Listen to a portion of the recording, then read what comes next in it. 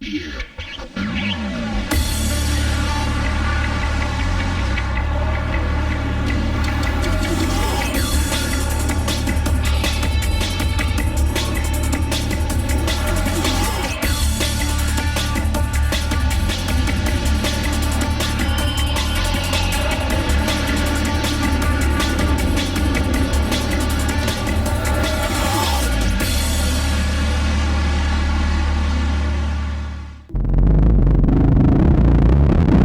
let's take you on a trip around the circuit here at Zolder, courtesy of course of the 9 times world champion Stefan Everts. Up the start straight into that first left-hander, long sweeping right-hander. You can see the track has been pretty well prepared. Over this jump, well, he'll need a lot more speed to get over that on race day, but the conditions, as you can see, are very damp, sticky and gooey.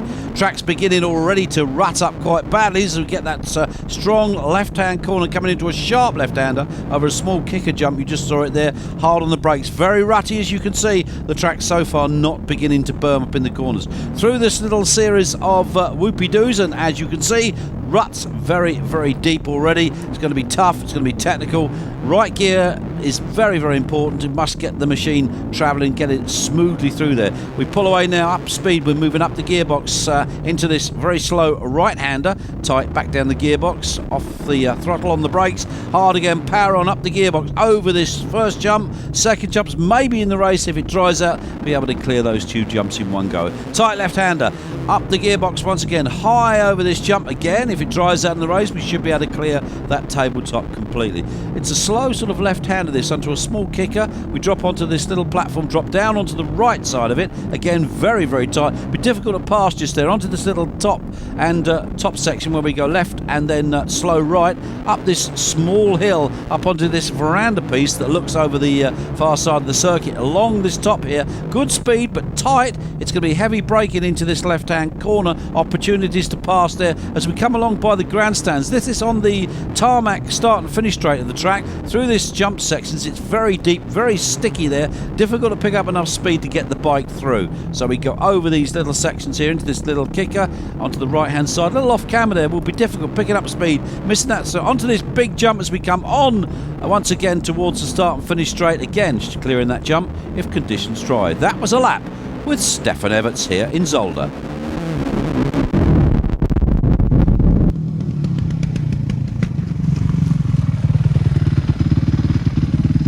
What do you think about the track? Yeah, the track is really prepared now, but yeah, it's flat on some places, you know, but soon the ruts will come. I think they did a good preparation. They take all the good deep lines out, and there are some sections which is really bad, but it's okay.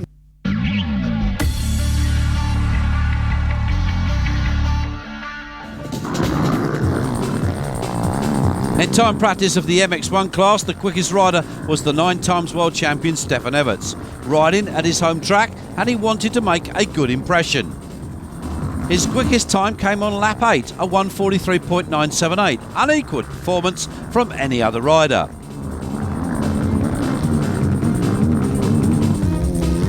In second position on Honda of Team CS, but no, it wasn't Coppins. The Kiwi rider will not ride in Zolder after a reoccurrence of his shoulder injury from the start of last year. But that was the Belgian rider Kenny Dijker, who had joined the team as a new addition.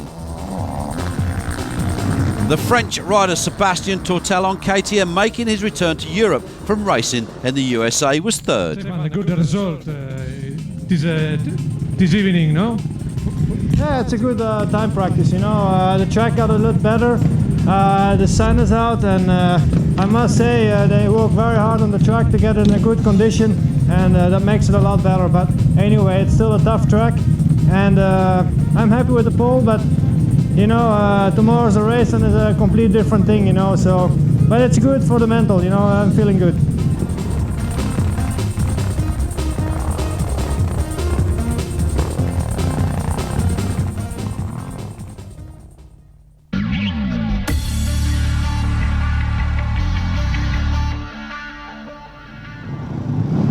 So welcome here to Zola. This is Belgium, the Grand Prix of Flanders, sponsored by, of course, Kersche, the power wash people.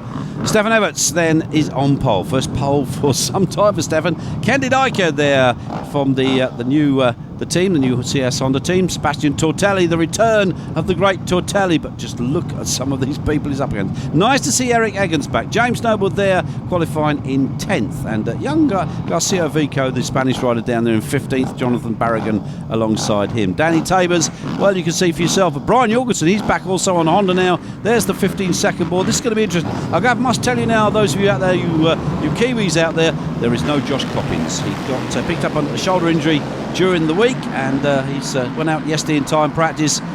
Apparently the shoulder popped out a couple of times, so he's decided to call it quits for the next couple of Grand Prix and go and get treatment. So Coppins is out, totally out. Of course, no Joel Smets this year. He's retired also, but a great battle beginning to develop here. And is that the 103 machine? Yes, it is. That's Seb Tortelli. That looks like Everts in second place. So, of course, Everts is going for that 10th world title. Stefan Everts wants to make it number 10, and he's made a mistake. Well, that's something you don't often see Everts do, I can assure you. Well, what a surprise there. And that's the number 9 machine. That's Kendi Dijker riding with his new Honda team. Teammate, of course, to Josh Coppins. Coppins not taking part for this Grand Prix. Will probably miss Spain and will probably miss Portugal as well. So we wish Coppins the best of luck and a speedy recovery. But a great battle on here, because that is Michael Pichon on the KTM. Now, Michael has missed a race meeting last week. He's not been too well. He's had a pretty bad bout of flu, apparently, and a bit of a chest problem. But maybe that will hold him back a little bit during the course of this race. But look at this. Tortelli is the race leader. Sebastian Tortelli, the former 250 and 125 world champion, coming back from the United States of America, back into Europe. And Everts is right with him. Everts has decided he's not going to run away with his 10th title here at round 1, that's for sure. Everts knows what he needs to do, and I'm sure you that Stefan is a wily old fox. He'll play the right amount of cards when he needs to. And Dijker has made a mistake. Kendi Dijker making a mistake. The Belgian rider on the Honda, well, that was going so well for him. But of course, he's now representing the team, so to speak. He's the only rider left out of 2 for that particular team, which is a shame. It's happened to him before, but that's motocross. That looks like, yeah, that's Kevin Strybus. Strybus there, having a great battle at the moment. So I think that was Pascal Luray alongside him. So as we go down the sheets, Mark Huckelbridge, the huckster, down in 19th. So he qualified on the 22 machine on that new Moto Extreme sponsored bike.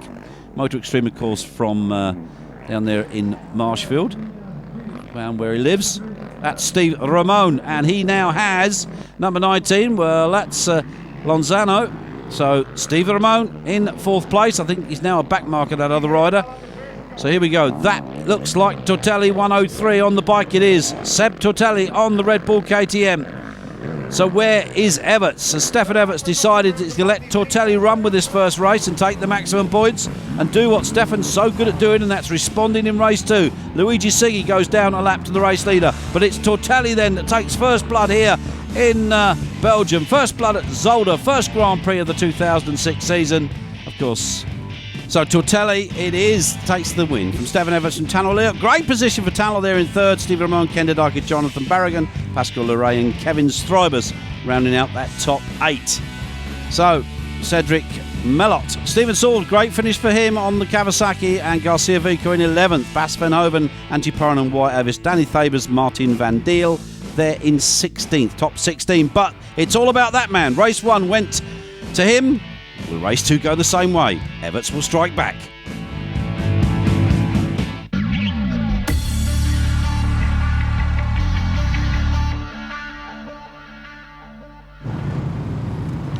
So welcome again back here to Zola and to this Grand Prix of Flanders.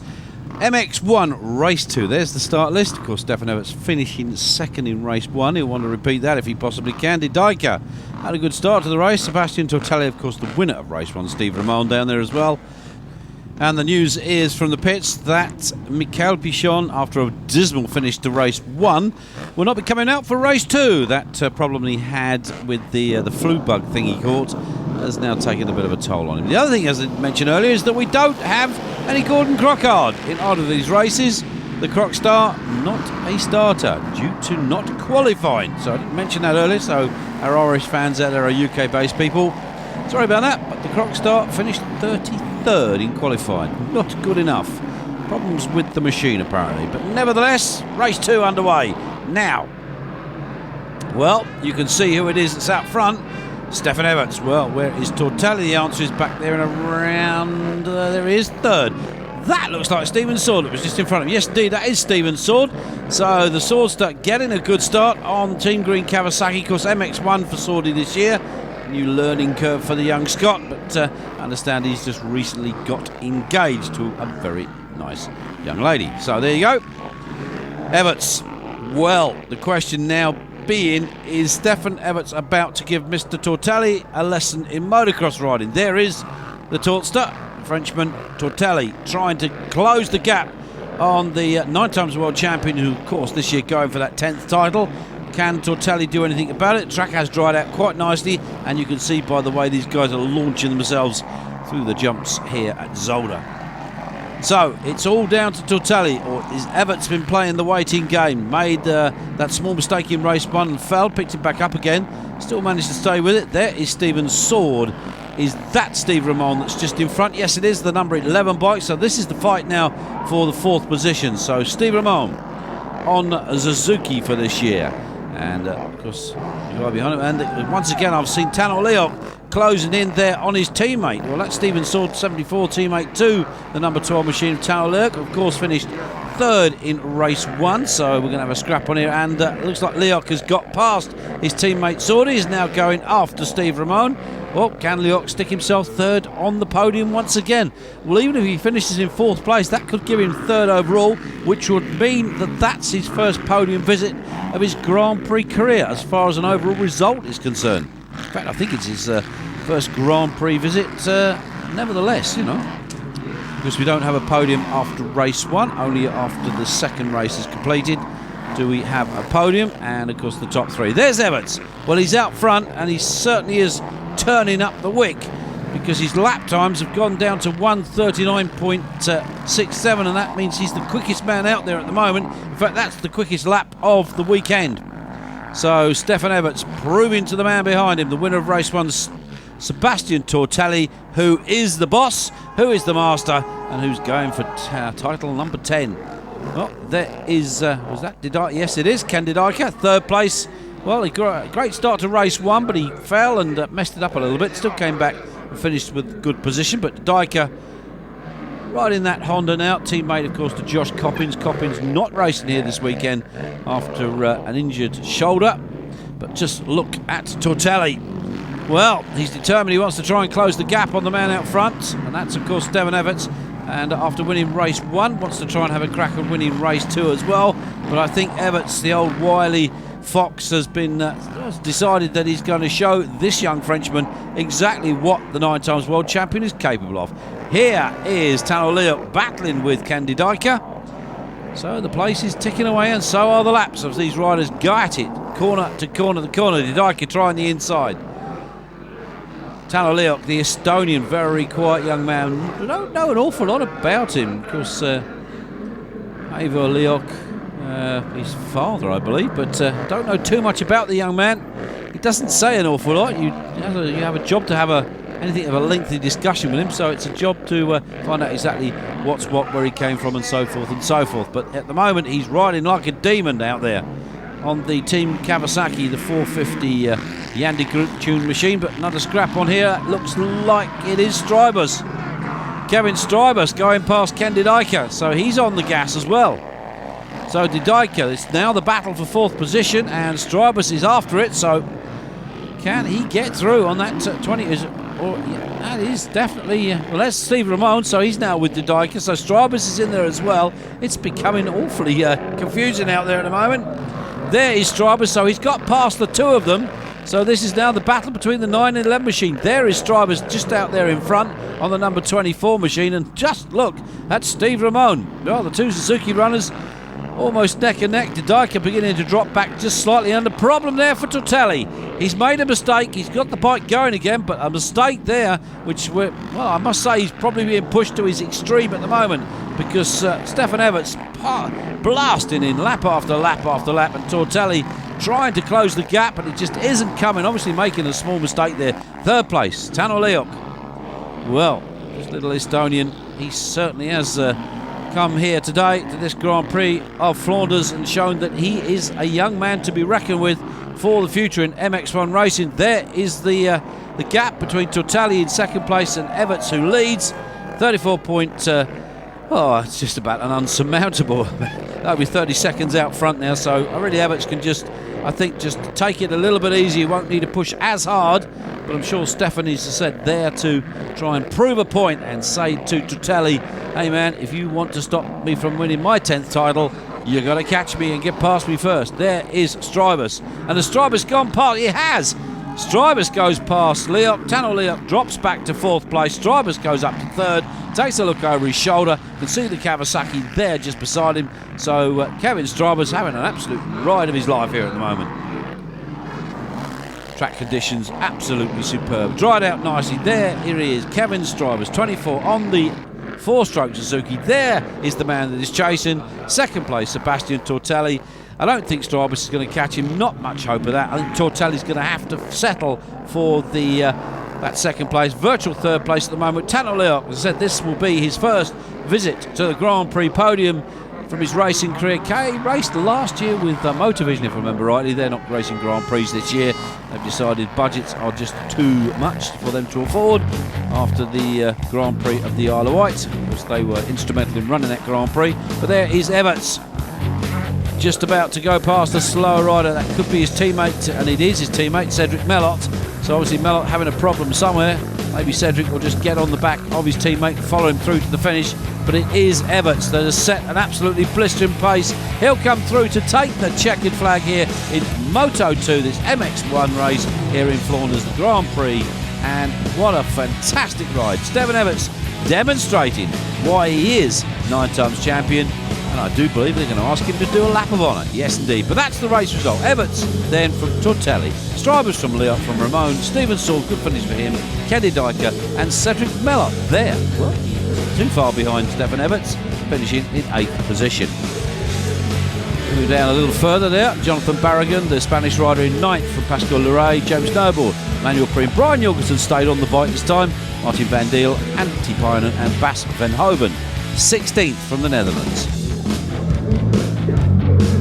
So Stefan Everts takes the overall result, 47 points, ties on points with Sebastian Tortelli, a race winner piece, Tano Leok, Ramon, Strybus, the Dyker, Barragan, Stephen Sword, 26 points, finishing in 8th overall position. Good start to the Grand Prix for young Saudi. Cedric Mellot on 25 with 25 points along with Pascal Leray. James Noble there on 14th, time with Antti Painen, and of course Bas van Hoven, 12 points for Martin Dale, and Garcia Viku 10 points, Manuel Priem on 9 points. On to the podium we go. There is Stefan Everts. Well, GP winner, shakes hands with Tano Leok. There he is, first time we've seen him on a GP podium. Hopefully it won't be the last time for the young Estonian. Everts, he reigns supreme. There's no doubt about that. He proved the point to Mr. Tortelli. Hey, and there is the red plate, presented by Wolfgang Strub, the president of the CMS and FIM. There's the helmet. You want it, you catch it. There's another 16 or so to come, 14 to come I should say, 15. The ice was broken for me. I was a bit nervous in the first one, and I did a great job. You know, I took the whole shot. Sebastian was pushing very hard, but I could manage to control the race. And at one point, I think I was slowly making the gap, and then he made the mistake. But I think at that point I was riding the strongest, and I'm very happy for the team, for the new team sponsor, Inter Bonaire. I'm very happy with their relationship, and hopefully we can do many more GP victories this year. Thank you.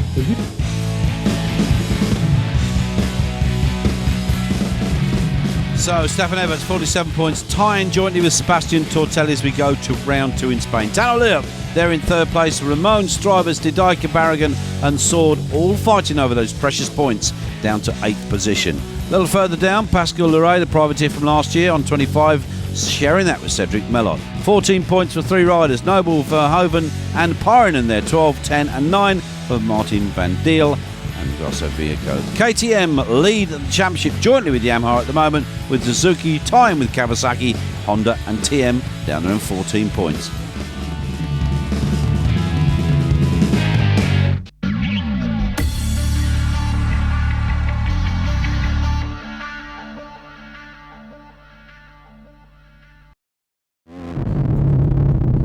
Okay, we get off the start into the fast right-hander up this hill to a fairly sized big jump at the top. Everybody we bunched up. The track at the moment is quite wet, but it will dry up for tomorrow if the sun comes out. Into this left-hander as we drop down. Very, very tight it'll be here. Everybody bunched together. Riders may fall or crash into each other. It's a very difficult part of the track. Into this right-hand section. We've done this small jump, heading for this bigger, well, slightly bigger jump, but braking hard down the gearbox, turning right. Again, another difficult section as we turn left. It's very narrow just here on the circuit. We start to begin to increase our speed as we head down these jumps towards this really big jump.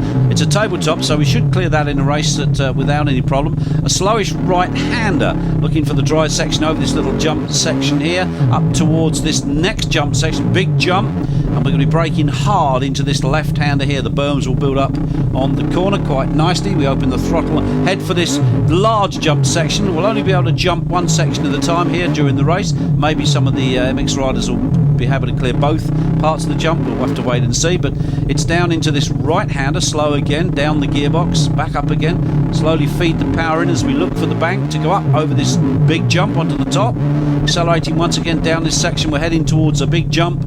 Again, that will be cleared in the race, I should imagine, once the track has dried out. Down again to another fairly big jump. Lots of jumps around the circuit here at Belle-Pouge. Fast again into this slow right-hand corner, braking hard, slippery at the moment. Beginning to accelerate for this next big jump. It's again a jump that we should get completely over during the race. Again, accelerating up to another big jump. As I said, the track has many, many, many big jumps around here. It's a very spectacular circuit. Into this very, very tight left-hander, right down into second gear, and we accelerate, leap down the downhill. This is a breathtaking part of the track. Into this second section again, we leap over this jump as we will in the race, braking hard into this left corner, looking for the outside of the track to pick up the berm, accelerating past the pit section on the left-hand side into this very tight, gnarly right-hand part of the track, back onto the start and finish straight, and that's a lap with Jonathan Barragan.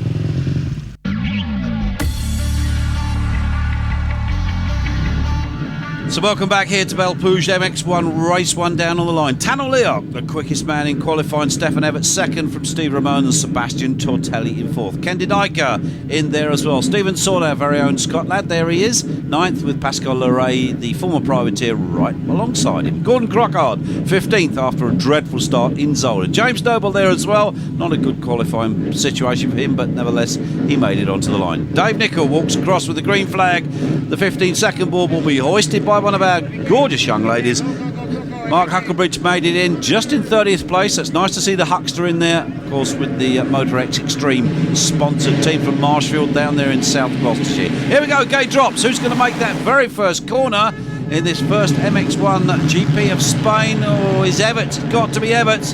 They're all bumping and barging, but that looks like the 72 Intersport machine, the Rinaldi Yamaha of Stefan Everts, the world champion who currently leads the series. 47 points coming here today with Sebastian Tortelli 103 on the KTM, chasing him down in second place. But it's Barragan there, third place, with Strybus number 24 there. That's the two that's scrapping over that third place at the moment, and I can tell you Tortelli is having a wretched time of this at the moment. So is Gordon Crockard. He's gone out with a stone in the mouth, which has cut his upper lip and taken one of his teeth out, I think. So Crockard has headed off to the medical centre. Stephen Sword has a problem as well with his back, that he caught a bit of an injury in free training this morning. He looks to be slowing down. He could well be pulling out this one, but at the moment it's Everts with Leok, the Estonian. Tano Leok, well, he really is the surprise, and look at him, he's putting the pressure on the 9 times world champion. Everts was expected to see a KTM alongside him of Tortelli, but instead it's a Jan de Groot Kawasaki in the hands of the Estonian Tano Leok. What a surprise. Everts must be thinking, where did he come from? There is the number 24 machine of course, Kevin Strybus. Barragan there and Strybus battling over that third place at the moment. But Strybus took a win, you remember, last year in the Grand Prix up at Lockett in the Czech Republic. So Can he do it again? Well, here is Everts, and he's out front. And Stefan Everts, well, we've seen him make mistakes before, and he's just about to make another one. Front wheel washes away. This is going to let the Kawasaki through into the lead, so it's Tano Leak that leads. Everts picks it back up. He's now got Kevin Strybus to deal with. Strybus on a roll on the Suzuki.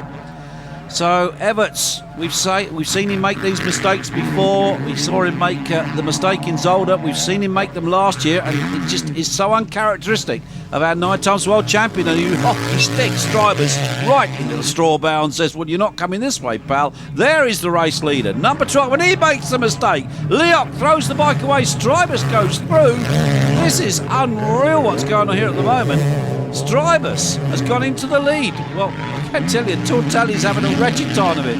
There he is, all over the track at the moment. He's just riding 110%. That's the only way he knows how to ride. And now we've got Brian Jorgensen, I think, is there. That's 4th place, Stefan Everts. That looks like Jorgensen behind him, number 8. Yes, it is, on the Martin Honda. So it's beginning to really hot up here at the moment. Now, what can Everts do? There is the man that was in the lead.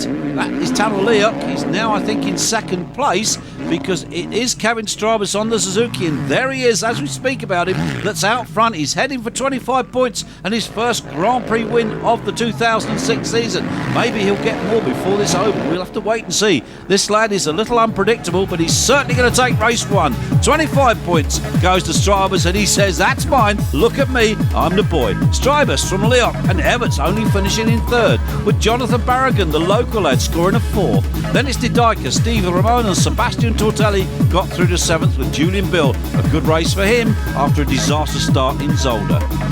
James Noble through to 9th with Cedric Mellot. That's, of course, teammate to Everts. Pascal Leray, Pyronen, and then Preen. Tabers, Lind, and Garcia Vico. Another local Spanish lad coming home in 16th.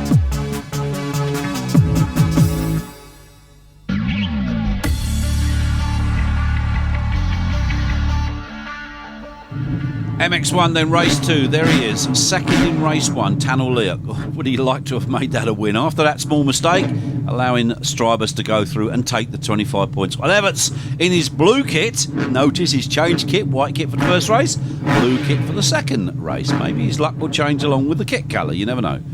Intersport, the new sponsor of the Rinaldi team. So there he is, 103, Sebastian Tortelli, disaster. Steve Ramon, not a bad result from race 1. 5th in the championship at the moment, so Tortelli will be ruining those mistakes he made in race 1. He'll be trying to put that right in race 2 as we look down the line. 103, there is Tortelli, 2nd in the championship. Well, he was, I have to say, until the end of that first race, where I think maybe the positions have changed slightly. Here they go, the race gets underway. Who's going to make the first corner? Looks like Everts once again. The number 72 machine of the 9 times world champion there out front. That looked to me like Brian Jorgensen. It was like, what's Tortelli doing? Well, rock and roll rodeo riding from the young Frenchman, just 27 years old, been in America now for a few years, and I think he's taken up rodeo racing. He's down again. Tortelli on the floor again, and that's Strybus, I think, on the far side. I'm fairly sure that was Kevin Strybus. So a disaster start from the winner of race 1, but it's Everts. Now, will he nail this one to the floor? He's got Tano Leok once again closing down on him. The Estonian is absolutely surprising everybody. He took a win in the National Championship in the UK. I think it was last year or the year before, I remember. He came over and raced with us over there. There's Brian Jorgensen, and he's now got Cedric Mellot alongside him. So the Dane with the Belgian rider, well, of course, teammate to Stefan Everts is Cedric Mellot on that number 4 machine. That's the battle for 3rd place at the moment, and they are going for this. And here goes Mellot up the inside. As he made it stick, as he has. Jorgensen has to back off and let him through. Mellot had the line. That is Ramon back there, but behind those two, because Strybus is much further down the field. In fact, he's outside the 25th position at the moment. So Kevin Strybus, that winner of race 1, having a really large mountain to climb if he wants to get back in the points here in race 2. I don't think he's going to make it, to be perfectly honest. There is Leok. He has improved so much since last year. He's just, I think he's shadowing Everts and just learning from the master in front, seeing exactly what line he takes, how he takes it. Tano Leok certainly going to be a man to reckon with in the future. There's that number 6 machine going through. That's, of course, the Pascal Leray, the privateer from last year, now riding with Multitech, Trevor Avery's team out of the UK. So it's nice to see the privateer, with he and his girlfriend did all the work on the bike together, and they've now got a team and a mechanic to do it for them, which is really great news for the young Frenchman.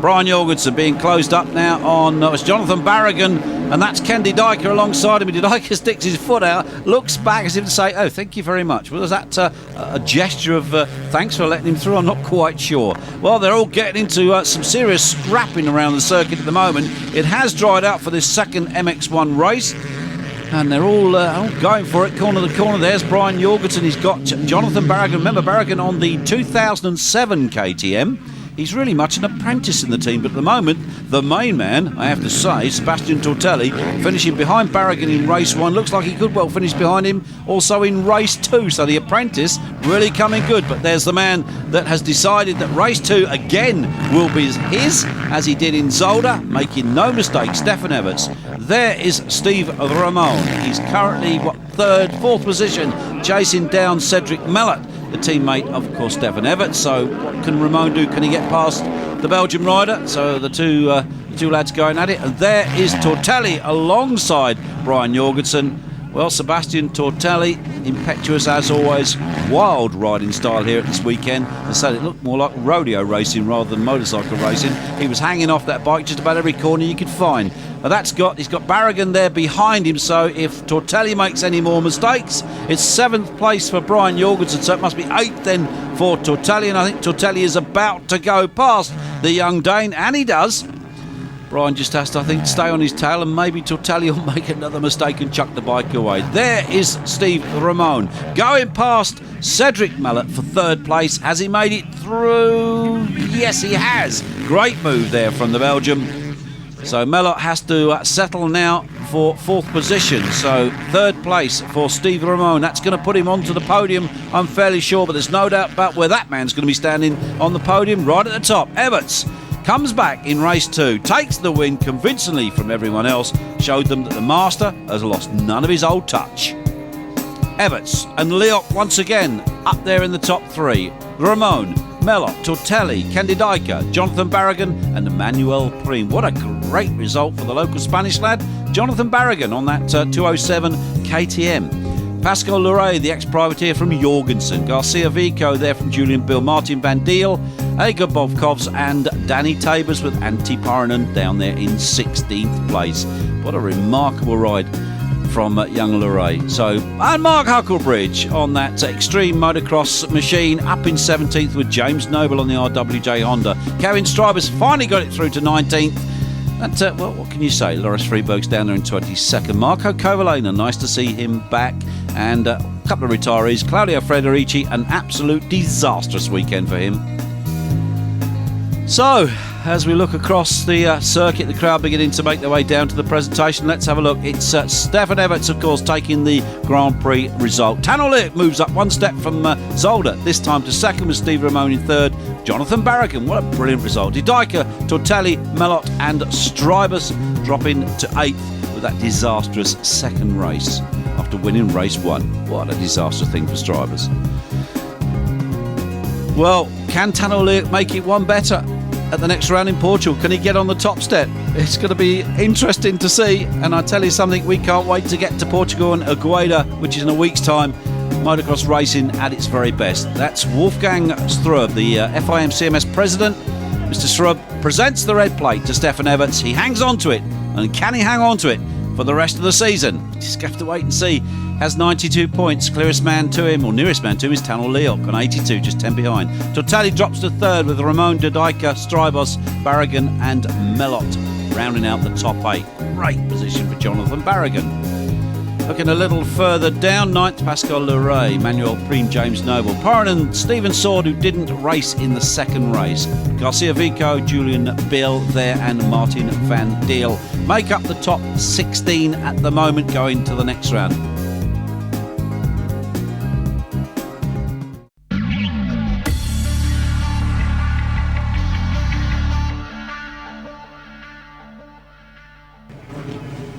So welcome back, MX1 Race 1, 72. Stefan Everts, the 9 times world champion here on the Intersports Rinaldi Yamaha, the series leader. Well, he's had 2 overall results from 2 Grand Prix. Can he make it 3? Dave Nicol leads him away. There is the man that's putting him under pressure, Sebastian Tortelli. Not gone too well for him since the first Grand Prix, winning the opening race. But since then for Tortelli, it's been a bit of a nightmare, I have to say, on that KTM. But here they go, and it looks like Everts has got the dream start. That is Steve Ramone on the Suzuki's number 11, I think, in second place. Where is Tortelli? That's Tortelli, I think, in third at the moment. Yes, it is. Leoc around the outside. Tunnel Leoc, we're looking for Kevin Strybus, the second Suzuki runner. They're all coming through. So there is Tortelli, the Frenchman, 27 years of age. Been in America now for the last few years after, of course, winning the World 125cc and the World 250cc Championship. Now, he went to the States to try and do something there, and he's doing something here now because he's gone underneath Ramon on that number 11 Suzuki, up to second place for Sebastian Tortelli, and now he's trying to close the gap on that man, number 72, but unable to do it there. Trying all sorts of different lines around the track, but Everts just stays on the main racing line, and it's going to make Tortelli go the long way round. It's the fight for first position. Everts, the 9 times champion, against the former 2 times champion, not in this class, of course. It's at 125 and 250 for the man behind him on the 103 Red Bull KTM, Sebastian Tortelli. Steve Ramone, just 1.990 behind at the moment, so still in chance of taking maybe a second or a first if these two fall over each other in their quest to win the race. But Tortelli certainly is piling on the pressure, trying to find a way around Everts, but he's trying every line into the whoop section. Everts makes a mistake there. This could let Tortelli through, and it has. Everts made just that slight error as he went through the Kiwi waves, as we now call them, after Greg Atkins, our track designer. Don't call them whoops anymore. Not allowed to have whoops in World Motocross. We have what we call Kiwi waves, which are not quite as sharp, which is good. They wouldn't be. And Everts is coming back at him. Everts gives a little elbow to Tortelli to move him over and says, yeah, have some respect, man. I'm a 9 times champion. I'm trying to make it 10. There's Carlo Rinaldi, younger brother of Michele Rinaldi. Of course, Carlo taking over, well, will be taking over the reins of the team sometime this year as Michele decides to take a little bit of a back seat and just stick to the technical things. So these two are still at it.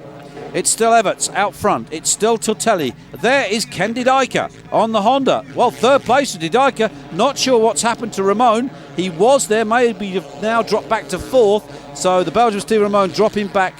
Ken Didyka moving up. So can Didyka get on terms with these two out front? As I said, they're so intent on trying to beat each other, they may well fall over each other. That's another Suzuki. Is that the 24 machine? Yes, it is. Of Kevin Strybus, and chasing down Tunnel Leoc at the moment. Oh, and on the floor is Ramone. Stephen Ramone making a mistake there just off camera. Has picked it up, kept it running, but that's going to cost him dearly. That will have lost him that 3rd place for sure. No doubt, maybe would have even lost him 4th place, because I think Didyka has gone to 3rd. Yes, he has. So, well, they're all over the place now. There they are amongst the back markers. There is Tortelli trying to find his way through desperately. There is Everts. Well, he's done a good job of getting through those slow riders, but Tortelli is back on the case. After the man out front, of course, is Everts. And Tortelli makes a big mistake. He tried to, I don't know what he was doing there. I think he tried to jump the 2 jumps on the way up, landed on the face of the other jump. He's got back on the bike. He's got to get it started again, I think. But that will cost him dearly, or will it not? He's still in 2nd place. But Everts comes through then to win Moto 1 here in Portugal, Aguida. This is MX1, so race 1, and the Maestro has done it again. Everts on KTM from Tortelli.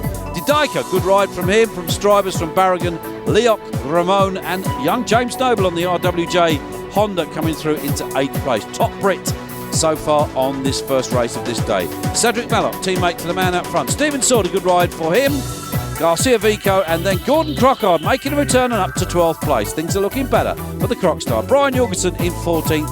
Pascal Leray on the Trevor Avery Multi-Tech Honda. Julian Bell, Anthony Perrinan, the Finn there, and to all our Finnish friends, moi. We like to say that. Hello, good morning to you.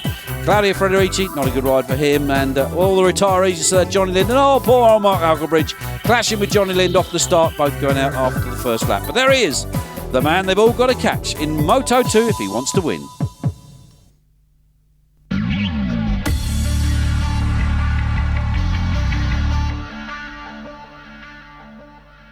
So MX1, race 2. Tortelli on pole from Ramon and Everts. Some strivers from Leoc from Didaika. Barragan and James Noble. They were the top 8 in qualifying on the Saturday. Remember, as I said earlier, in the MX2, torrential rain on Friday and Saturday causing a change of programme.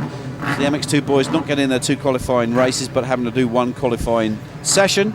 So with the MX1 boys, of course, their thing was shortened also slightly as well. But nevertheless, that's how they stacked up. Top 30 onto the grid. Martin van Deel with the South African Wyatt Avis. Julian Bill, Brian Jorgensen, Bas van Hoven, Claudio Frederici. And Mark Huckleberry, he got in at 25th. The Huckster keeps on qualifying and scored points, but didn't score points in race 1. He was on the floor with Johnny Lind, who's right beside him once again. He'll be hoping to stay away from him this time. A bit battered and bruised as a Huckster on the Moto Extreme machine from Marshfield down there in South Gloucestershire. So 99 points for Tortelli. Second, 6 second. There goes the 5-second board. We're looking at the back wheel of those machines. There is Strabus. There's his teammate number 11, Steve Ramon, alongside him. Who's going to get the whole shot? And it is... It looks like Tortelli. It is Tortelli. There's a few on the floor. Can't see who it is, but Tortelli that's got the whole shot. From, I think it's Steve Ramon. There is Everts as well. There is Tanel Leoc amongst that group. Everts will not want to own on the floor. That's Brian Jorgensen and Cedric Mellot. They've got to come in together on the opening lap, and they've got to get those bikes starting. And poor old Yogi Bear, nice enough lad, he's not having the best of times. Rejoined the Martin Honda team for this year. We're glad to have him back, and he's glad to be there after the trials and tribulations of the last couple of years. But the battle once again commences. It's Tortelli and it's Everts. These are the two, the titans of MX1 motocross. Everybody expected this clash for this year, especially Everts. Tortelli wants to prove something. He wants to become the world champion before he goes back to America to prove to the Americans that he is as good as he knows he is. And we can't dispute that one. That is the 2 Suzuki boys. Ramon leading Kevin Stribus at the moment. So that's the fight for 3rd place. We're more interested in the fight that's going on out front at the moment because Everts, I think, may well have got past Tortelli. I'm not sure. Let's hope we get a camera shot back. Oh, and Tortelli's off. Tortelli has lost the bike again and he's hurt. He is definitely hurt. He's on the track. That looks like Eric Gabors that's going over to help him, but he's in the middle of the track and he's in a very dangerous position. This is the fight now for 3rd position. Jonathan Barragan, the Spanish rider, who is now basically the remaining rider from the KTM squad, I have to say.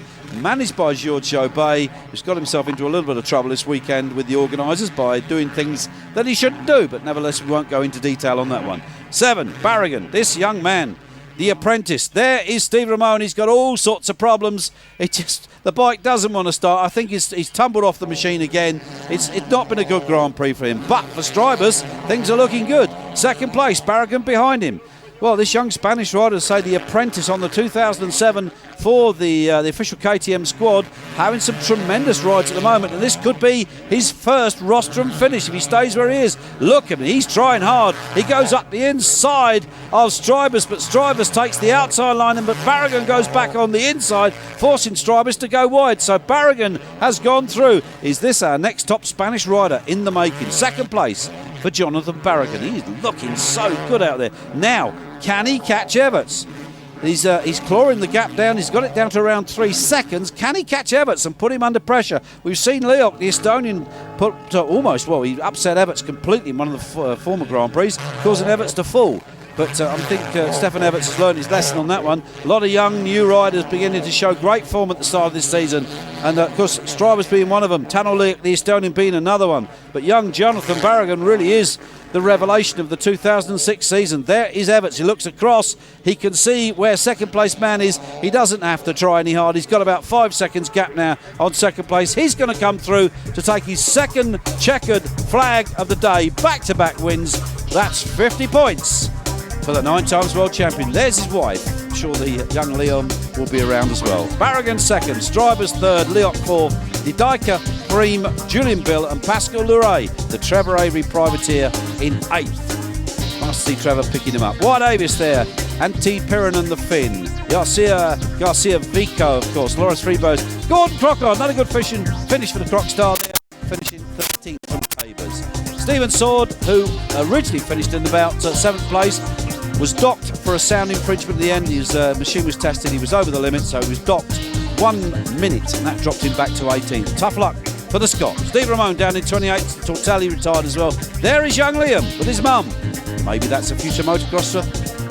We never know. Everts takes it, 50 points from Barragan. Barragan on the steps for the first time from Strybus in 3rd place. Didyka, Liot, Preem, Tortelli did finish race 2. Stephen Sword, well, he would have finished far further up, 5th in actual fact, had it not been for that 1 minute penalty for a noise infringement on the machine. Basically, it was over the limit. Jorgensen 20th, Tabers there, Mellot in 17th, he picked the bike up. Johnny Lind finished this time. Unfortunately, Mark Huckelbridge didn't. He pulled out too battered from that crash in race 1.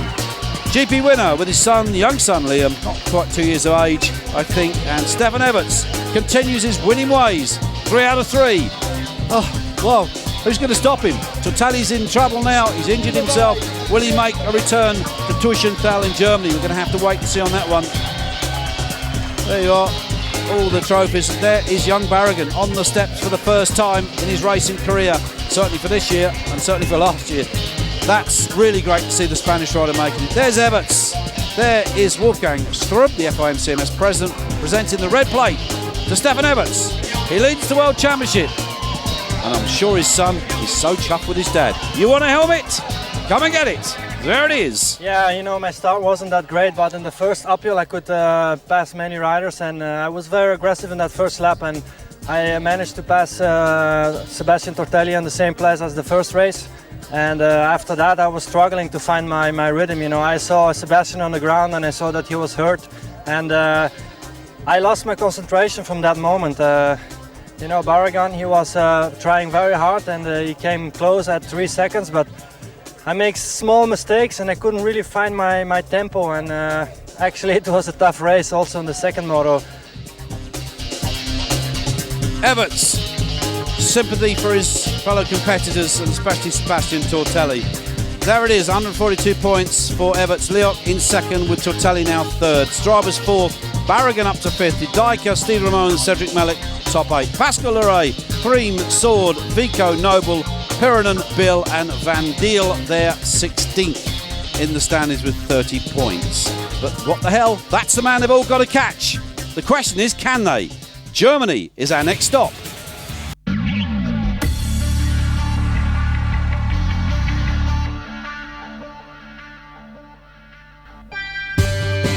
The 3rd round of the Motocross World Championship has now confirmed 2 riders at the top. In MX2, it's Tyler Rattray. And in MX1, Stefan Everts. Everts took all the booty by winning both motors and once again showing to be the strongest. For his competitors, there was no chance. Tortelli tried to oppose him, but he crashed out in both motos. In the first one, he was able to restart and finish 2nd position. But the second time, he hit the floor and things were more serious, and now the remainder of the season is in jeopardy.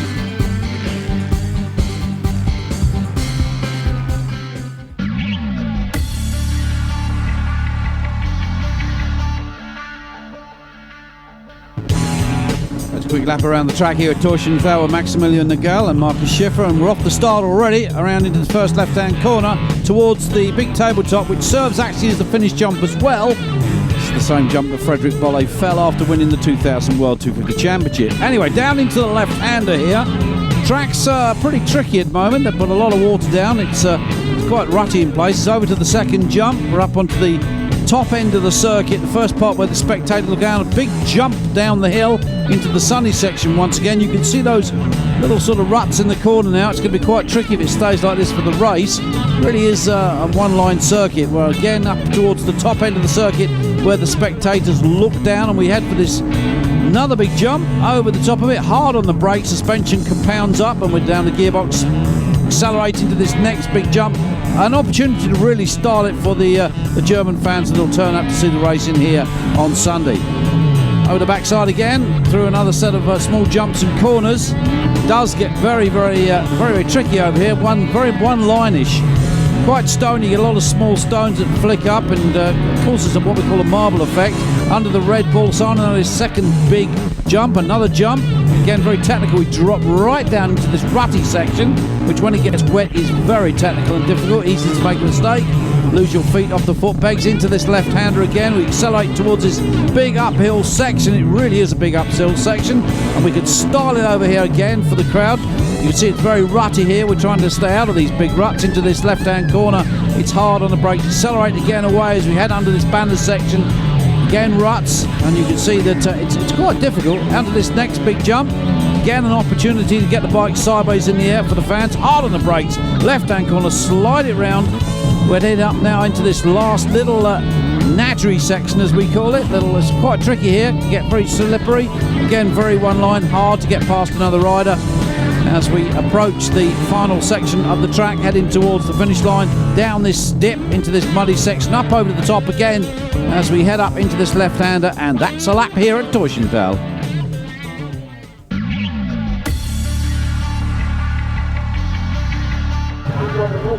Here we go then, the first of the MX1 races. That's the start of this. Steve Ramone on pole, Everts and then Jorgensen, Leox drivers, Didaika, Melot and Julian Bill.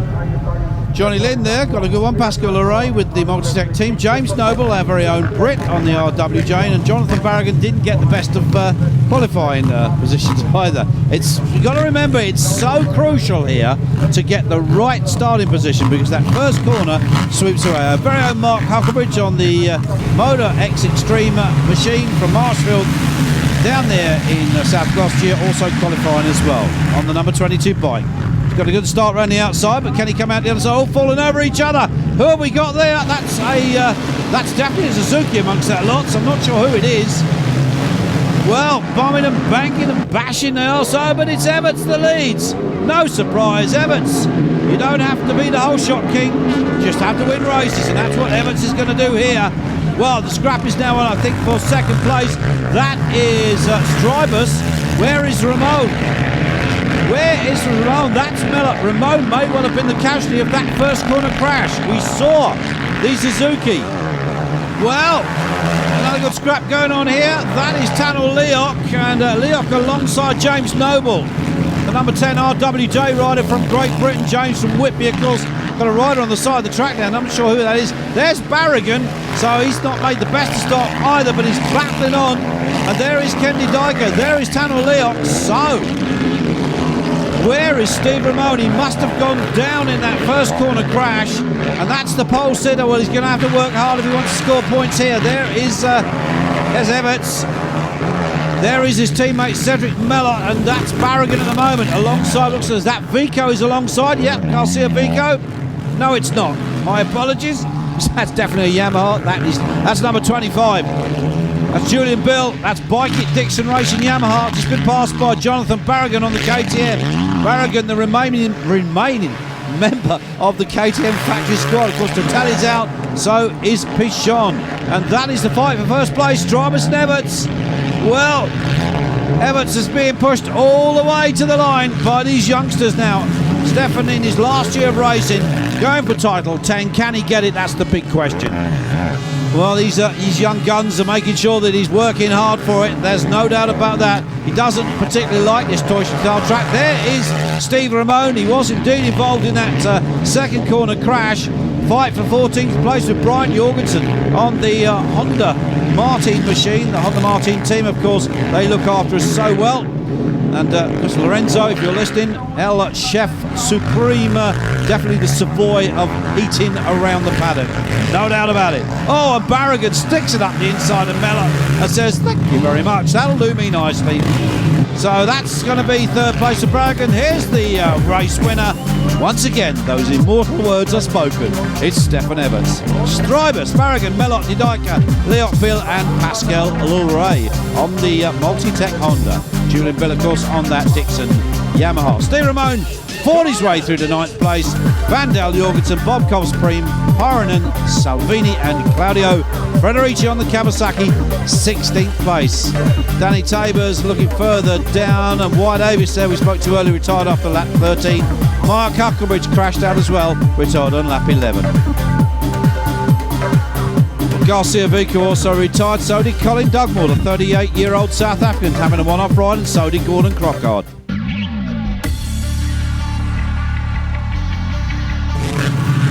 MX1 race 2 then on the line. Are we going to see another repeat performance by Everts?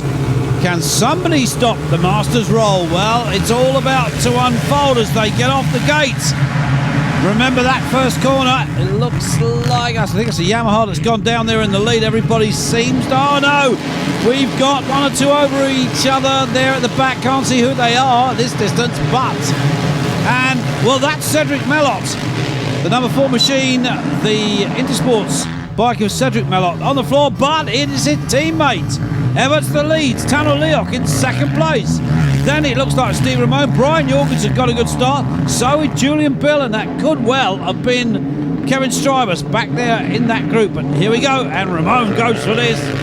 He wants second place. He wants to have a crack at Everts, but I'm sure the Estonian Express will have something to say about that. Here he comes on the Gianni Group Kawasaki up the inside, and Ramone looks for the move, but it's not going to make it stick there. Everts leads. Leok second. Ramone, the Belgian. So we've got a Belgian first, an Estonian second, a Belgian third at the moment. Brian Jorgensen back there in fourth. A good start from Yogi Bear on that Martin Honda. And of course we spoke about the team earlier. Paolo Martin, Brian Jorgensen, Anton Mio, and of course Garcia Vico riding with the team. But Brian coming back to the team after an absence of 1 year with Yamaha. And as I said earlier, they do look after us well here in TV, does Martin. They feed us, they wine and dine us, and it is the best grub in town, there's no doubt about that. Even Josh Coppins confirms that one. So another good scrap on here, and that's Barragan. Barragan with Julian Bill. Barragan trying to get through. Kenny Dyker in that scrap as well. So we've got a little bit of a three-way tussle here for that position. And Barragan, well, trying to make up. Had a good one, third in race one. You couldn't really do much better than that, except second or third. But not going to happen when you've got the likes of Everts out in front of you. German crowd here, they've turned out in force to enjoy this world-class FIM motocross. MX1 this is, race 2. Everts won it. Strybus was second, Barragan was third. This looks like Ken Dyker. It's the battle for sixth position between Dyker and Barragan. The remaining factory KTM runner just left from the 3. Pichon, we said, also seems to have taken a holiday from racing. Probably that's the best way to describe it. But meanwhile, back at the front, and of course Tortelli out injured with a damaged hip, and now it's been discovered that he's actually got a broken knee or something. So that's pretty poor luck for Sebastian Tortelli, the Frenchman riding back out from America. Good scraps going on right down through the field, not just the front. There's Barragan. That looks like Brian. No, it's not. That's Garcia Vico, the second of the Martin Honda riders. And the Catalanian from Barcelona. Spanish, depends on which way you want to go on that one. But I think he is Catalanian. I'm very sure it is Garcia Vico. But having a look at Barragan, so the two Spanish riders side by side at the moment. Barragan, whoa, almost a mistake there. But it is still third place for Steve Ramone. Not able to close that gap on Tano Leok at the moment, although Leok is not that far in front of him. We just see the dust from the bike. So it's getting pretty dusty, and they put a lot of water down the track. But of course we've had a round of the Women's World Cup here. That was won by the New Zealand girl, Catherine Prime. She finished second in race 1 and won the second race to take the over result. And wow, it's a 17-year-old young lady she is, and fantastic.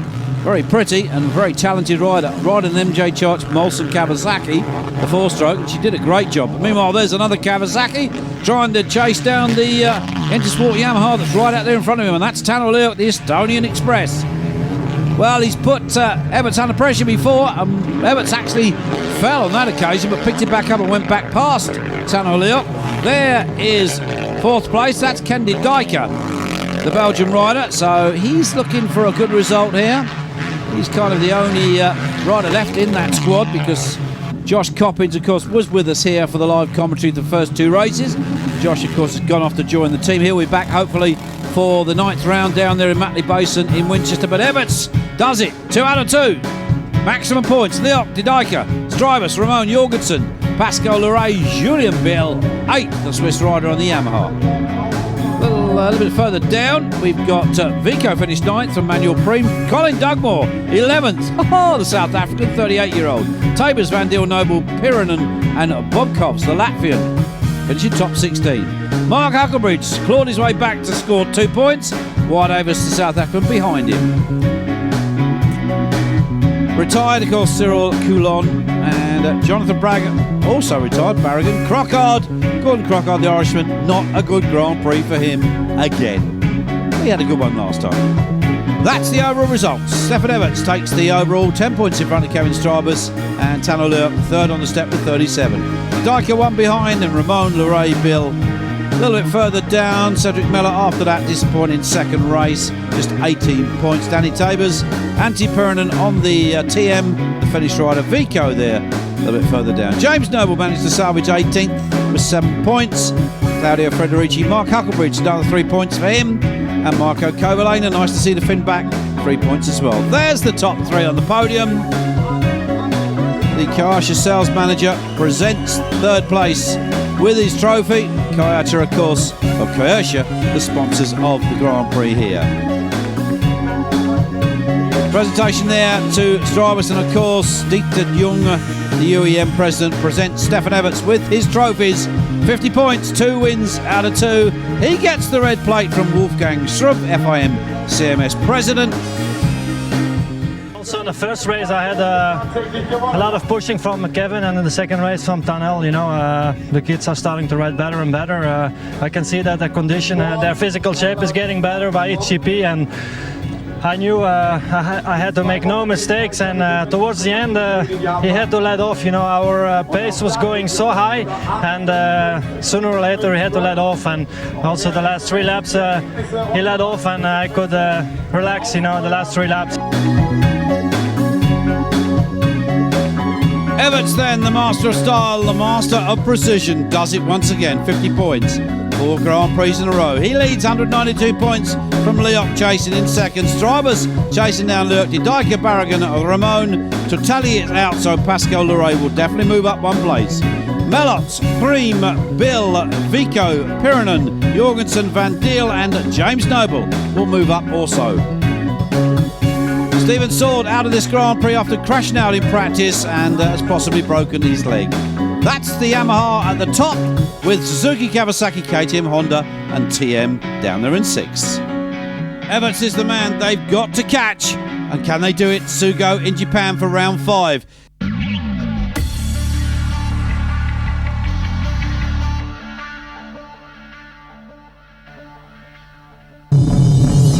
Okay then, let's take a look around the track here at Sugo with 2 of our top Japanese riders, Yui Hoshino and Kuchi Fukiara. Well, there it is. That's the track as the layout. We're looking off the bike here, and as you can see, it's pretty flat at the moment. The reason for this is because it's Saturday. We haven't started racing as yet, so the circuit is in pristine condition, and they've worked really hard to make an excellent track here at Sugo. It's pretty flat, and it's mixed quite heavily now with sort of sand soil, a crushed stone, which is a sort of semi-stand. It's been raining quite heavily overnight, so we've got quite a few wet parts of the track, but our 2 Japanese riders enjoying this little opportunity to have an excursion around the circuit before the qualifying session starts. A couple of quite big jumps on the circuit. It's pretty tight in place, as you can see. We come down now to a very tight right-hander, very heavy on the brakes, quite slippery at the moment. This will definitely rut up during the course of the race. You get away from this section into another sharp left-hander. Again, this will rut up hard on the brakes, accelerating over this small sort of double hill, downhill jump, up over this big jump again, hard on the brakes as we come into this next jump. It's a little bit of a kicker. You can't quite get over that in one go, but you can certainly get over this one with one go and do a hill clicker as you go over. So our Japanese rider demonstrating the art of freestyle motocross. Again, we head down this slightly incline into this right hand. It slopes away, pretty slippery at the moment with the heavy rain that we had for the Friday and the Saturday. But as I can see, the track is in perfect condition. Hard on the brakes again, down the gearbox, you turn the bike tight, you head up towards another large jump, and there it is, and you head again to another one up the gearbox, and again an opportunity for our Japanese riders to show off their freestyle abilities to the fans that have turned up to enjoy the Saturday qualifying sessions. Another big jump coming up. Really can wind it up over that one. We get some great air during the races from the riders. Hard on the brakes, tight on the right hander again. You accelerate down the hill, then up again onto this small plateau jump into the Kiwi waves. We consider these to be Pacific waves rather than Mediterranean waves. A little bit sharper than we've had before. Again, down the hill onto the sandy section, long sweep in left-hand corner, a chance to open the throttle as we get in alongside the pit boxes onto the tight right-hander as we come round to complete a lap here of the track of Sugo.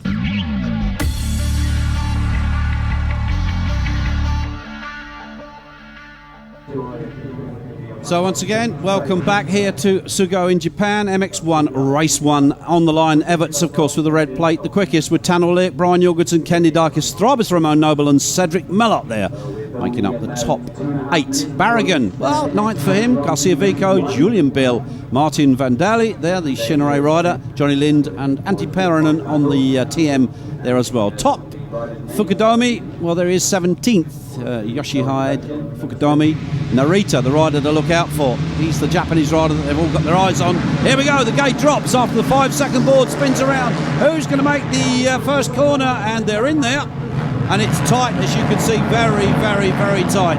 But they all got through safely yesterday. No, we've got a faller. Can't see who it is, but somebody's gone down.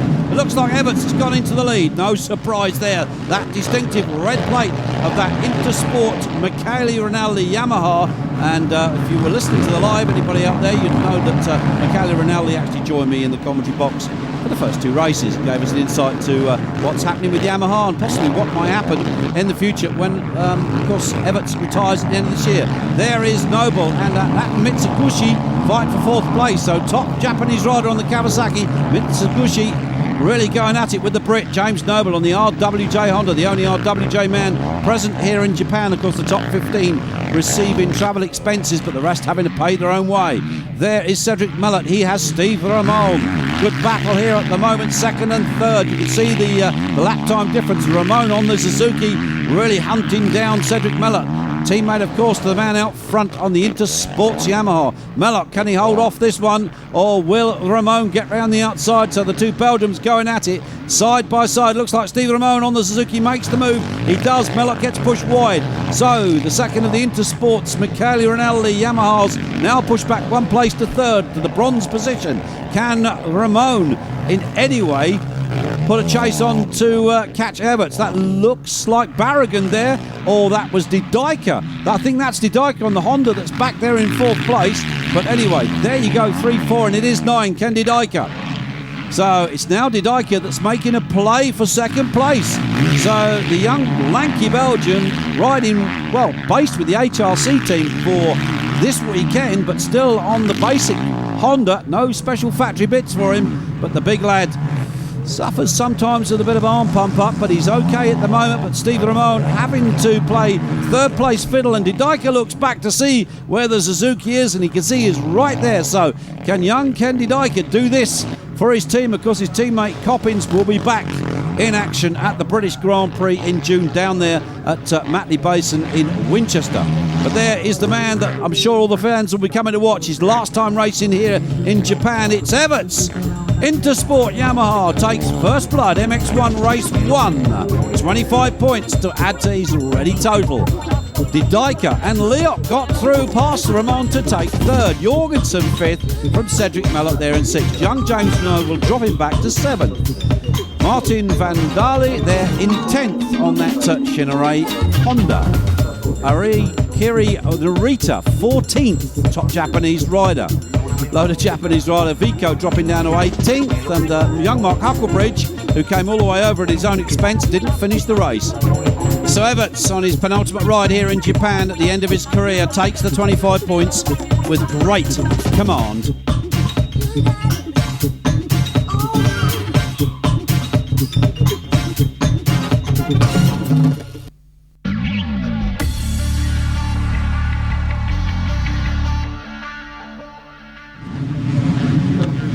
MX1 then race 2. Fans really enjoying the race there. We've got a capacity crowd.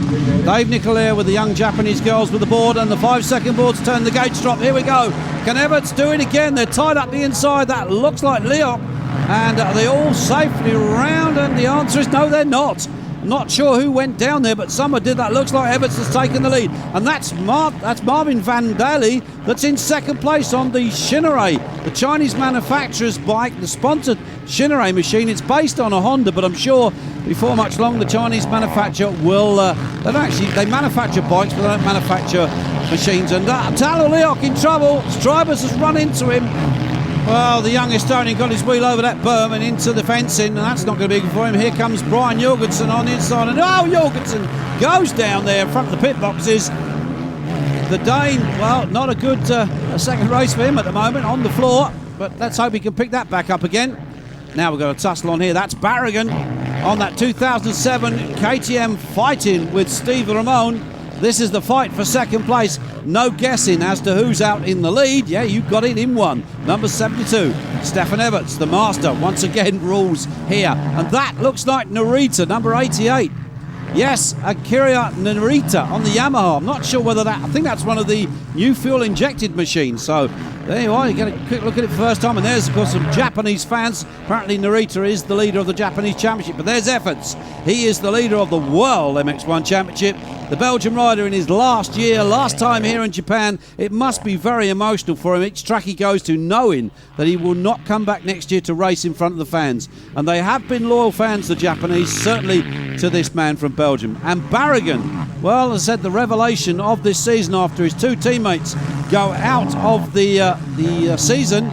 Michael Pichon, for some reason, decided not to race World Championship, although he has raced at a German and a French international, or local rounds, or nationals we should say. But good battle on here, and is that's Cedric Mellot going past one of the Japanese riders. Not sure which one it was, but that is definitely the number 4 machine of the Intersport Yamaha of Cedric Mellot, because Intersport being the people that are the new main sponsors. Don't forget, if those of you out there watching our highlights program, you can watch live motocross by dialing into mediazone.com. That's mediazone.com. You can pay a small subscription and watch all the live action from both classes on the internet. So if you're watching our highlights program, want to catch up with the live stuff, mediazone.com, place to go. And Ramon goes back past Barragan. Barragan fights back again, so a good scrap between these two. Barragan almost outside the track there, but Steve Ramon hanging on. There's his mechanic, looking very anxiously on to make sure the bike, and there is, that actually is his mechanic.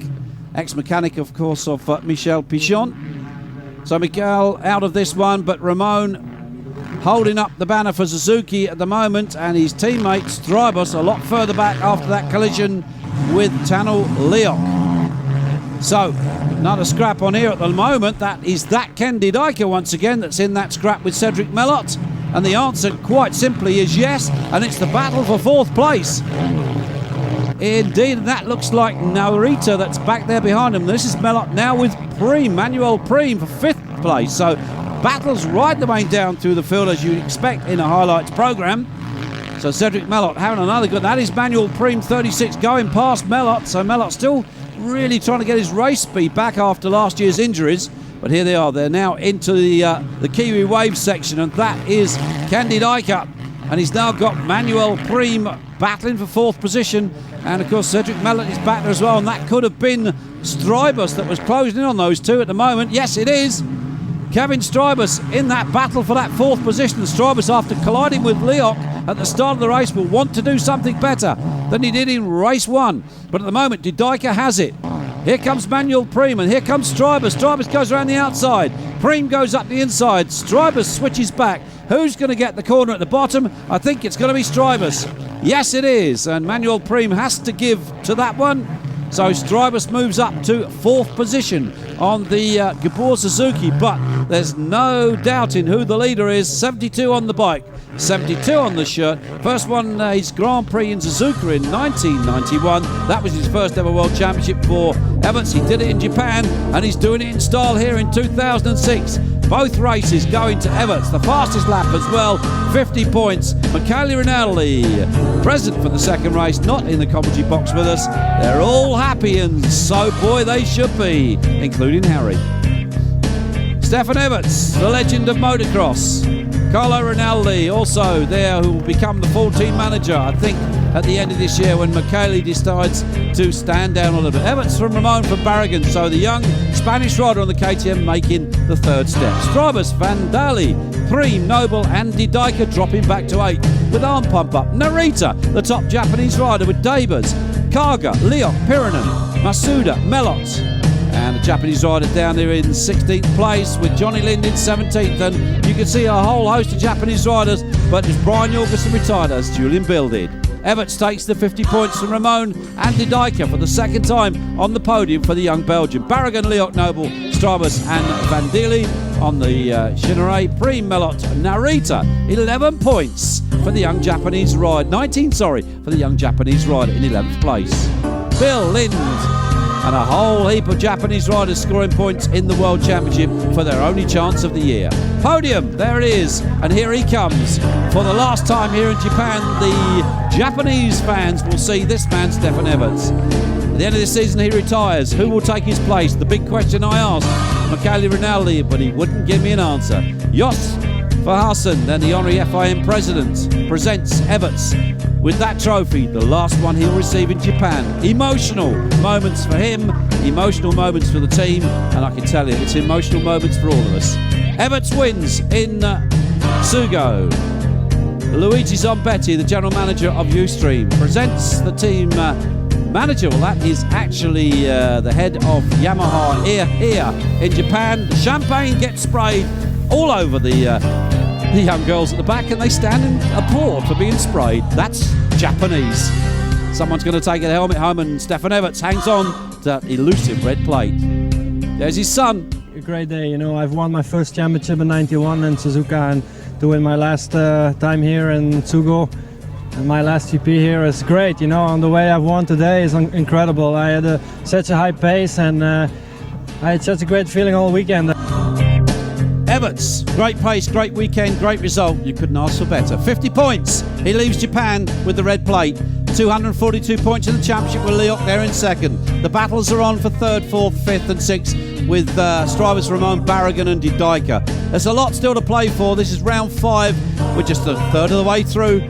10 more rounds to go. Oh boy, this is going to be a good championship this year for sure. Danny Tabor, Stephen Sword not racing after injury in Deutschendal down there in 18th place. Akira Narita, top Japanese rider, 22nd. Gordon Brockhart also not racing here. Yamaha at the top, TM at the bottom with just one rider, 69 points. Well done, Mr. Pirinen. But it's Everts that they've all got to chase. We go to Bulgaria, Sarajevo for the next round, round 6 of the FIM World Championship.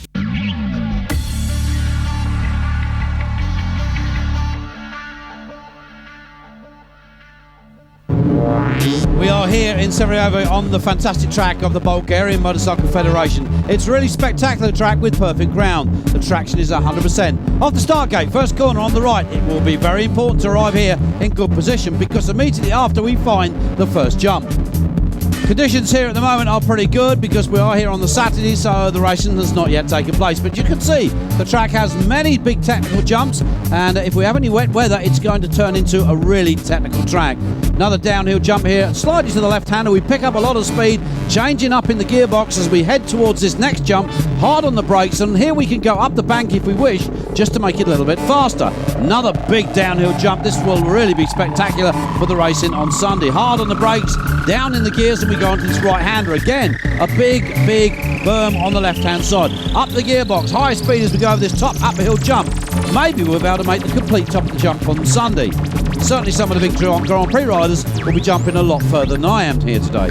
Down the hill we go again. It will get very technical if it gets wet. Hard on the brakes, onto the right-hander once again.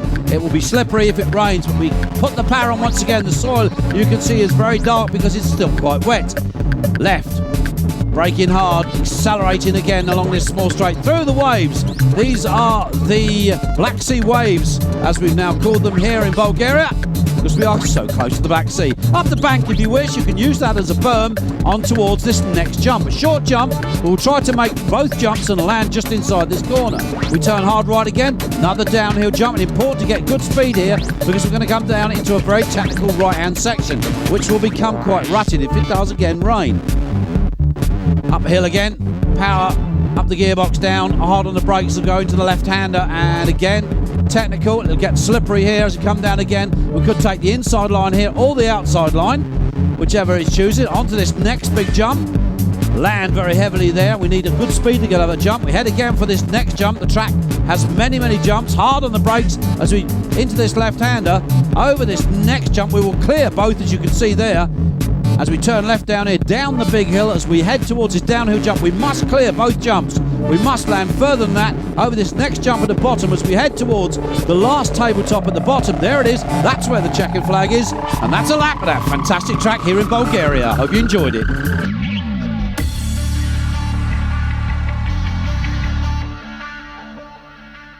MX1 race 1 then down on the line. There's the starting list. Brian Jorgensen quickest in time training yesterday with Jonathan Barragan alongside him. Kevin Strybus. Everts in 4th. Leok, Didaika, Bill and Pascal Luray. Steve Ramon. Gordon Crockard running in 3rd place until the last lap when Cedric Mellot took a bit of a fall and put a premature end to that qualifying lap for Gordon Crockard. So Johnny Lynn down there in 23rd, and well, the Slovenian there, Jacomosi, Varney, and of course the young New Zealander there, Scott Colum, a bit of a new boy here on the Grand Prix slot, and we'll be interested in what he can do. Here we go. Jorgensen up the inside. Can Yogi Bear stick one on the rest? There's Everts, and Everts has got a good start on the inside. Is it Tanolik around the outside? They're all safely through. And it's Leok, I think. Number 12, Tano Leok on the Yandegrut Kawasaki that goes into those Black Sea waves for the first time. Everts second. Then it is Jorgensen on the Martin Honda, Paolo Martin's team. But Everts has already decided that if he's going to win this one, he wants to do it from the front. We've had some a little bit of rain during the interval and made the track a little bit slippery, but it's so far at the moment the rain has eased up. So Jorgensen fighting for 2nd position. Steve Ramon on the Suzuki there as well. So they are trying everything they can, and the Ramon goes past Jorgensen and now has a look at Tano Leok for that 2nd position. It's Everts that leads. No surprise there. Leok had that bike snaking all over the place. Well, the number 11 machine of Steve Ramon, the Belgium, keeping the Estonian at bay, and now it looks to me like the 24 machine of Kevin Strybus that's decided to join in the little party. And once again, Brian Jorgensen with a fight on his hands, because Jorgensen, back after injury, back with a few years with various teams, and well, back. Oh, and down goes Leok. What's he doing? Front wheel got away from him. Well, I hope the bike's still running. It is. That's lucky for the young lad. So Leok, after a brilliant start to this race, well, now has Pascal Luray to deal with. So there is Steve Ramon now. Is he second? Yes, he is. Wonderful shot there from our cameras that came up the hill. And it is Ramon, number 11. And there is his teammate, Kevin Strybus, in 3rd place. So is that Jorgensen that's back there in 4th? Well, the two Suzuki lads, under the guise, of course, of Sylvian and Eric Gabors, a watch fly from previous world champion, and of course a well-experienced team manager in the shape of Sylvain Gabors, learning something every day. 4th position. Julian Bill now up into that position with Brian Jorgensen chasing him. So I don't quite know what Jorgensen's doing. I can only suggest that he's been off somewhere around the track, allowed Bill to catch up with him. So the Dixon Bike It Yamaha rider, of course the sponsors of the forthcoming British Grand Prix in June the 18th, battling here, and Yogi Bear, Brian Jorgensen, goes through to take that 4th position. So the man on the Martin Honda holding on to that, but out front it is the last lap for Stefan Everts. And Everts in full control, as you can see. His father Harry is here. A complete generation of Everts is alongside the track. Stefan on it. He takes the checkered flag. Harry happy with his son's result. Why not? Race 1, Everts, Strybus and Ramon, the two Suzukis, 2nd and 3rd. Jorgensen, Luray, Abis, and Didaika and Bill dropping down to 8th. So for the remainder of the field, let's have a look at Tano Leok, finally finished in 9th from Vico. Gordon Crockard up to 11th there, and looking Manuel Preem 14th. Claudio Federici and the TM rider Antti Pirinen down there in 16th. Salvini in 17th. Danny Tabers, James Noble, the British rider, only 21st. Not a good ride for him. Jonathan Berrigan, 24th. Disaster for the young Spanish lad.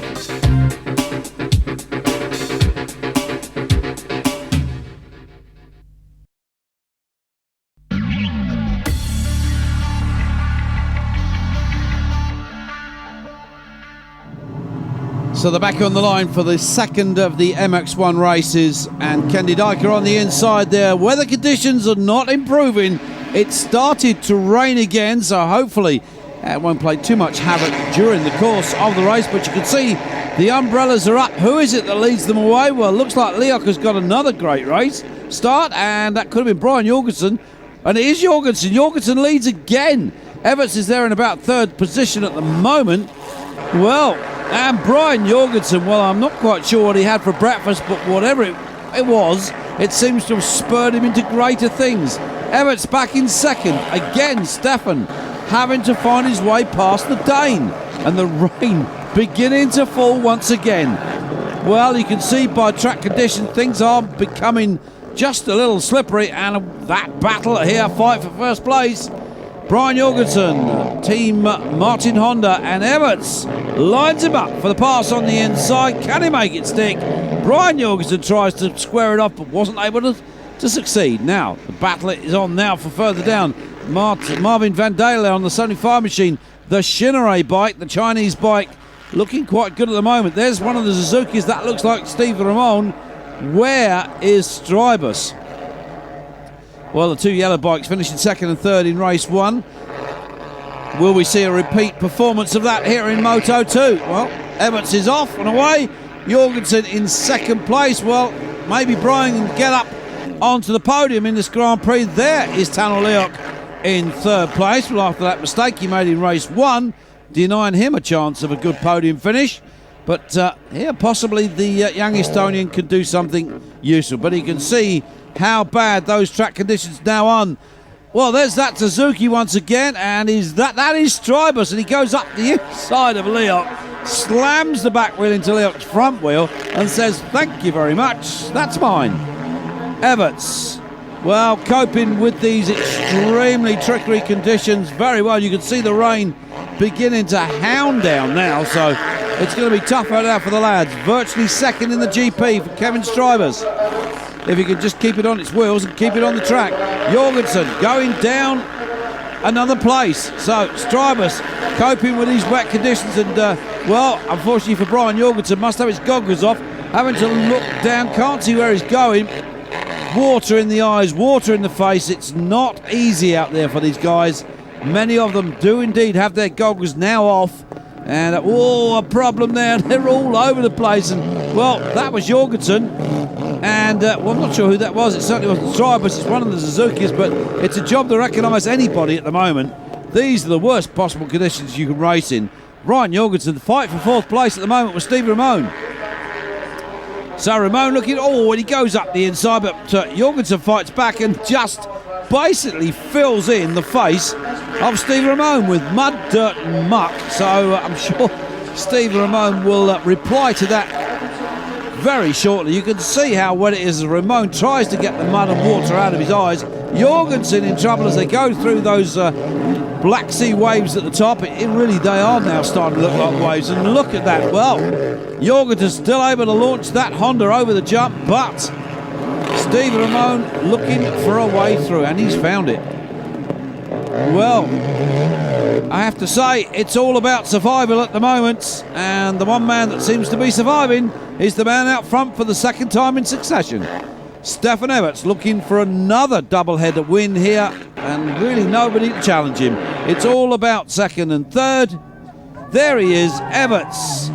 Delighted crew. His dad, Harry Everts, there cheering on the young lads, so he should. He's supported him most of his racing, all of his racing career. Harry, of course, himself a former four-times world champion, but look how wet that track is. Big puddles of water beginning to form. A problem with the electrics of these bikes when the water starts to get in. But at the moment, Everts unbothered as he goes over and takes the checkered flag in race two here in Bulgaria. Everts confirmed the winner from Strybers, so the two Suzukis with Ramon in third, there again second and third. Leok, Jorgensen, Didaika, Luray and Vico, that's the top 8. Martin van Deel on that Shinere Honda there in 9th place, and Frederici, good finish for him this time. Pirinen in 13th, and Loris Freebergs rounding out the top 16, the Latvian rider. Gordon Crockard 17th, with Bob Cobbs behind him, James Noble in 19th, Julian Bill dropping back to 21st. So as the rest just take the remaining points, there's the retirees. Lap 9 for basically all of them. Everts then leads, or should say takes the Bulgarian GP here with 50 points. Strybers and Ramon, Jorgensen finished in 4th place. Marvin van Deel on that Shinere machine, 10th place, good result for him. Frederici, a better result than he's had before. James Noble, just 2 points for the Brit, won't be happy with that result. But on to the podium, the man himself, to the delight of the Bulgarian crowd, Stefan Everts. Yamaha wins again. Overall result, 50 points. Well, that 10th title certainly does look realistic. The elected team manager for this time to get the trophy. I think they're taking it in turns at the moment, the team, to be the team manager for the day. To present the trophy with his young son, that's Roman Petkov, the minister, interior minister, and young son obviously enjoying the opportunity to shake hands with the top motocross riders in the world. Wolfgang Shrub with the red plate, as always, going to Mr. Everts. No surprise.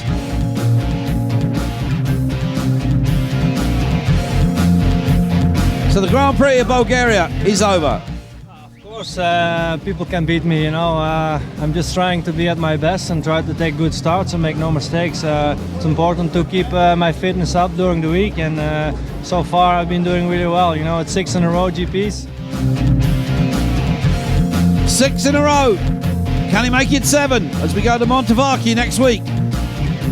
292 points from 211 for Leok and 209 for Strybus and 197 for Dyker. It's all about second place, I think, this championship at the moment, because that first position looks pretty safe in the hands of the master. Brian Jorgensen, 102 points, improving his position. To tell you, of course, out of this, will not ride again anymore this year.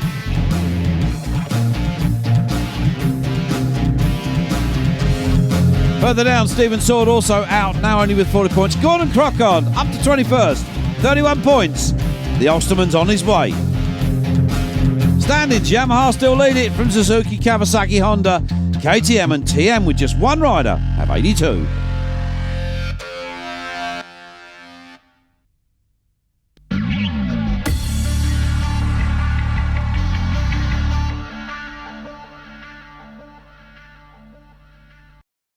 So let's get on board with Angelo Pellegrini and Giordano Manzoni as we take a lap here of the Montevarchi circuit, and it is a splendid circuit.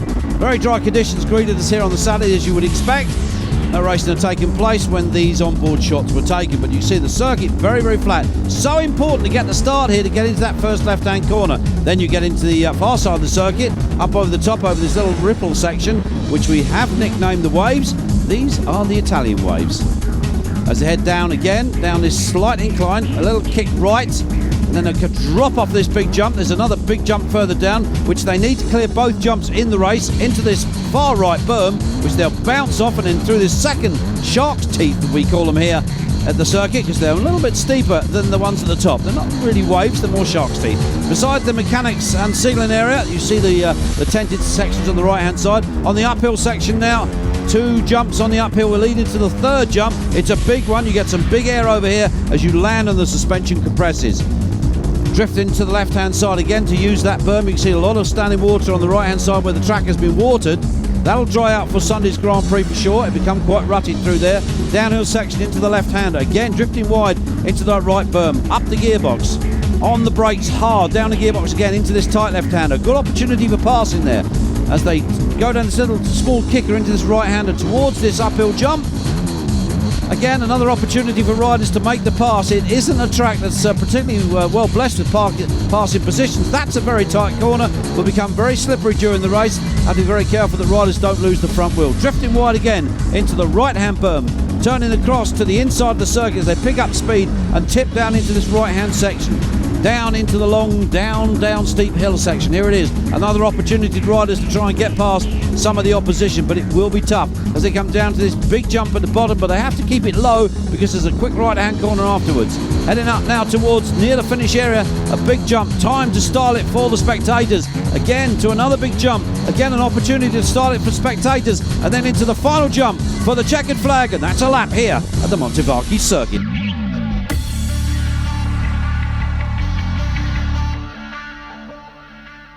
MX1 race 1, Stefan is here, and of course the Italians are here to cheer him on. So there you are, that's the style list. Everts with the red plate on pole. Strivers, Leoc, Didaika, Noble, Ramon, Frederici and Barragan. The top 8 all looking to get that good start into that first corner. Garcia Vico, Salvini, Perrin and Dobbs, Jorgensen and Dessau, Melot and Bill. Julian Bill, the Swiss rider. Johnny Lind, and looking down there, Pascal Lorraine. Not a good qualifying session for the Multi-Tech Honda rider of course, my old friend from Great Britain, Trevor Avery. Gordon Crockard also had some tough time out there. Problems with his front suspension, but I think he got it sorted out. Danny Tabor's down in 28th. Here we go then, the 5-second board goes up. The gate is about to drop. They've got to make that first corner. If they don't make that first corner, they're in trouble. Evans looks to have got there. Oh, we've got somebody all over the place. Not sure who that was. But Everts looks to have got there. Distinctive red plate out in front. That looks like Kevin Strivers in second. And that's Cedric Melot there. Well, he's in second. Or is he? No, third. Melot third. Everts leads. Strivers second. Melot third. Then it looks like Garcia Vico back there in fourth. There is Marvin Van Dale on that Shinrei China Honda. Shinrei, of course, the only Chinese sponsor in World Motocross at the moment. Let's hope that they're going to build a bike apparently, so let's hope they build it and build it soon. This is that battle, and that is Melot. The fight for second position as they go into that downhill whoops wave section, I have to say. Excuse-moi, it is the wave section and not the whoops, I am instructed to say. UFO as they pass the UFO banner. There's Vico. He's got Steve Ramon, the Belgian rider, on Suzuki right behind him. Remember last week in Bulgaria, it was Everts and Suzuki in both races. And it looks like we might be at the same sort of result here. We're not too careful. Fight for 5th place. Vico has it at the moment. Ramon wants it. I'm sure the Spanish rider with Honda Martin will be doing something to keep those guys behind him. Didaika, then it's Vico and Ramon. Barragan, Van Dalle, Leoc, Lorraine, Bill and Dessau. Where is my old mate, number 8, Brian Jorgensen? There is the race leader. It is, of course, Stefan Everts. No surprise there on that wonderfully turned out Intersports Yamaha. Of course, Intersports, remember, are the people that support Harry Everts training school down there in Spain. It all kicks off in December, so if you want to go to a training school and learn from the best of the best who teach the best, make a date, get onto the website, Harry Everts Training School, or go onto Intersport. They're the holiday people that arrange all the hotels and everything for you. There is Ken Didaika from the British Honda team. He's in 3rd place at the moment, so the lanky Belgian running well. His teammate should be back with us for the next Grand Prix of Great Britain. Of course, that is the weekend of the 18th of June, the British Grand Prix from Matley Basin in Winchester. Holy smoke, everybody's going to be there for that one, no doubt about it. We've got about 20,000 Italians turned out here today. It's jam-packed solid, but at the moment it is Ramon that has gone past the man in front, which of course was Cedric Melot. Last lap. Now, can that young man, 24, catch Stefan Everts? I don't think he will, but here comes Everts. He knows he's done enough to win race 1. Another 25 points. Can he do it in race 2? That's the question that we'll be asking, that's for sure. Oh, look, Daddy, I broke the car. That's what it says on there. Everts from Strivers, from Didaika, Ramon, Barragan, Garcia Vico, Leoc and Melot finally finished in 8th. Bill, Lorraine, Salvini, Freeberg, Gordon Crockard fought through to 13th. Dessau in 15th and Danny Tabor's in 16th. Brian Jorgensen finally finished in 18th.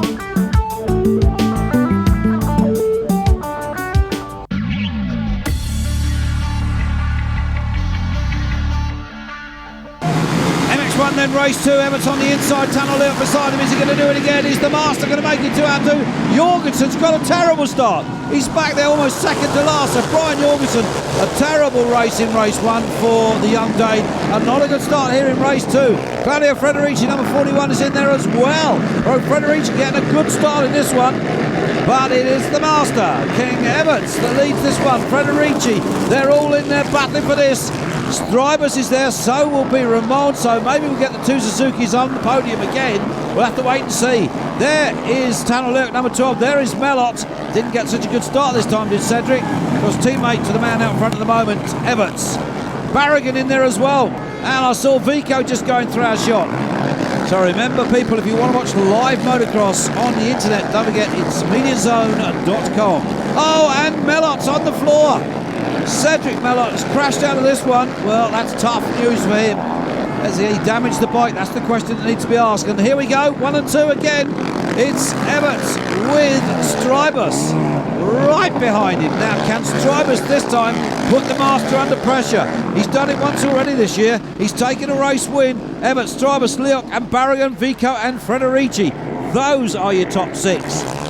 Holy smoke. Live motocross coming your way on mediazone.com, also Supermoto. So if you want to watch the real live stuff, can't get it on your TV at home, get on your computer, mediazone.com. Dial in and watch live motocross as they come through the Tuscany waves. The battle is still on. Claudio Frederici with Steve Ramon there right behind him. So the Belgian looking to get past the Italian. Frederici so close to winning the World Championship just a year or so ago, but it all seems to have gone terribly wrong for him this year. He just doesn't seem to be able to keep himself going. And Tanner Leok now has got Barragan right behind him, so the remaining KTM runner from the official KTM team having to do the job. After all, he is the apprentice on the 2007 bike. Not expected to score points even, but they told him go out, test the bike, see if you can score a point or 2, and he's the only man left in the team, and he is going great guns at the moment. But this is the battle out front. Everts, Strybus, is this the champion in waiting for 2007? Just think about next year. Everts retires, but you've got about 9 riders all with an opportunity to win the 2007 World Championship. Coppins comes back hopefully for the British Grand Prix, and that's Barragan. Barragan is out. Where is the rider? There he is, bruised, battered, shaken and certainly stirred. Hasta la vista, the man is out of this one. Well, the battle's further on down the field as you would expect. Sal is in there. It's a great little tussle here between these two, Salvini and Priem. So Manuel Priem, who I must apologise, I didn't recognise him earlier on when I arrived at the circuit. He was sitting in my friend's truck, Tom. He was actually staying in Tom's truck for the weekend. So Manuel Priem, my apologies to you, mate. Didn't recognise you. I don't really get to see all the riders with their helmets off. That's the problem. So Steve Ramon at 4th place for the Suzuki runner. Is this going to be the 3rd step of the podium for him? Is his teammate, number 24, Kevin Strybus, going to finish 2nd on the podium? Well, there's only one bloke that's going to beat these two, and that's, of course, the Belgian, the master, the king, Everts. It is virtual 3rd in the JP for this young man if he stays in 4th place. Hope he does, because Gabor Suzuki, Sylvain Gabor's, along with Eric, his brother, they're doing a good job with these Suzukis. Remember, they won World Championships with the Frenchman, Michael Pichon, when he was on a 2-stroke Suzuki, and they're looking to start winning Grand Prix on the 4-stroke Suzuki. A little late to get into the game, Suzuki, but they've certainly made up ground, that's for sure. Strybus, where is Everts? Is Strybus any closer to the master? No, well there he is, you can just see him in front of him. There's Tanner Leok, the Estonian, running 3rd at the moment. Not a good race in the first race for Tanner, but another possible champion in the waiting for next year. Leok on the Van der Groot Kawasaki will be the boy to mix it with the rest for that crown for 2007. Hey ho, we're still in 2006, we're only halfway through the season and we're already talking about next year. It's going to be an incredible 2007 because that man retires, so it's left to the rest to fight over the remaining places for next year. Who's going to be the champion for 2007? Will anybody win 10 world titles? I doubt it. This man is the Valentino Rossi of MotoGP. He is the Valentino Rossi of motocross. But Everts takes his 2nd win of the day. 50 points. The king is still on top. Strybus from Leok from Ramon, Vico, Jorgensen, Didijker, and Jorgensen battled for last place through to 6th. What a ride for the Dane. He has to be congratulated. Pascal Leray down there in 8th. Trevor Avery won't be too unhappy with that. Manuel Priem, Van Daly, Noble and James Noble making good from his first race. Tabers, Freebergs, Salvini and Julian Bill. Top 16, Swiss rider. Wyatt Davis finished this race. Gordon Crockard fought through to get 1 point, 20th.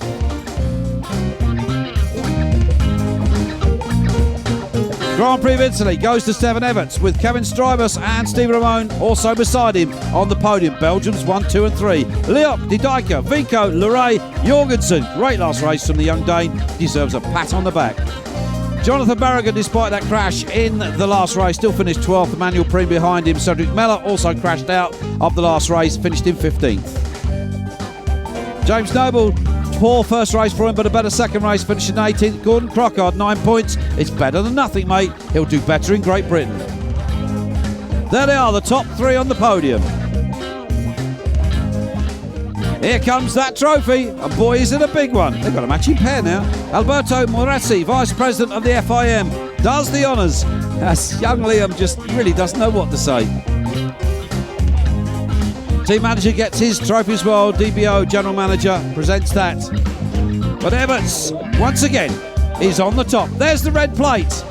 Wolfgang Schrubb, FIM CMS President, will present that to, no, not to Stefan, it's Liam. Are we looking at a young boy that will get a red plate in the future? It might be 15 years that way, but there's a possibility we could see the trilogy continue. Look at the look on his face. Everts wins again. It's not usual, you know. It's still a hard job to do that, you know. Also in the second race, Kevin was riding really strong, and I had to stay focused. At one point he passed me, but yeah, I managed to pass him back, and it was a great race, you know. The public was very fun here. Stefan Everts is on top. 10th world title looms.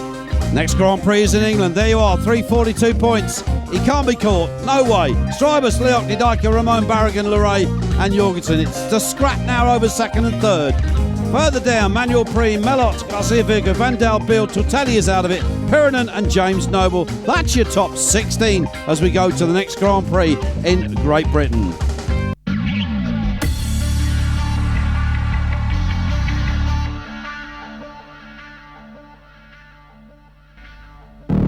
So let's then take a lap around this Matterley Bay circuit with, of course, Tom Church on the bike in front and young Tommy Searle, just 17 on Wednesday. So there it is, taking 2 weeks to put this track together. Johnny Hamilton, of course, Greg Atkins from the FIM have worked absolute wonders. It all started off as flat fields, so just 2 weeks ago they've destoned it, they've carved it all out, and this is the end result. What a good little track it is as well. It's quite rough in places, there's a few technical places, but it's got a lot of very spectacular jumps. The fans here are going to absolutely love this. Big sweeping turns, as you can see there. It's going to be very fast. Lap time's going to be extremely fast. Downhill jump onto another little sort of second downhill jump. Tight-ish left-hander. There aren't really many tight corners around this track at all. The idea is to let the riders go for it, let them to flow, let some real speed to be sort of attack these big jumps, and this is one of them. You'll see them. Big jump there. Coming up to another big jump here. Big tabletop. They'll clear this. You saw there Tom Church getting clean over that jump, just making his Grand Prix career return after a layoff of some months with injury. Another big jump there. Another little downhill step on the power for this next sort of uphill sort of small step. Again, into a right-hander. Not that tight. You can still keep the power on around here. Keep it up to second, third gear. Winding up the throttle once again as we go into this slightly tighter left-hander. Down into second gear, first gear probably. Opening up the steps again as we go through the waves. These are the Winchester waves, as so designed by Greg Atkins. Into this tight left-hander will get rough. There are opportunities to make passes. Up the gearbox. Again, a big sweeping right-hander. A chance to really wind the bike up over this big tabletop as they go into the sun. Power on again. It's quite bumpy through there. You'll see a lot of overtaking opportunities, getting quite rough, and it'll get even rougher during the race on Sunday. Here we go, down this small up, down the section, into this left-hander, tight again, hard on the brakes, winding up through these little stepper jumps. That's two of them. Going over three, it's a tabletop basically. You can go for the whole length of it. Right-hander, letting the bike drift to the left, winding up the power. We go for another big tabletop. not quite making the other end of it. The MX1 boys should clean that completely. Hard on the brakes, into the left-hander, winding up the bike, up the gearbox, go over this big jump, and takes your stomach right away. Down on this small kicker, tie it hard on the brakes, into this left-hander, onto the right-hander, winding the bike up again as they head towards the finish line. This is the really big 2 jumps to finishers. There's one of them, and here comes the second one, and that's a lap here around the Matley Basin circuit. Camera carried by young Tommy Searle, and the man in front, of course, was his teammate, Molson Kawasaki, Tom Church.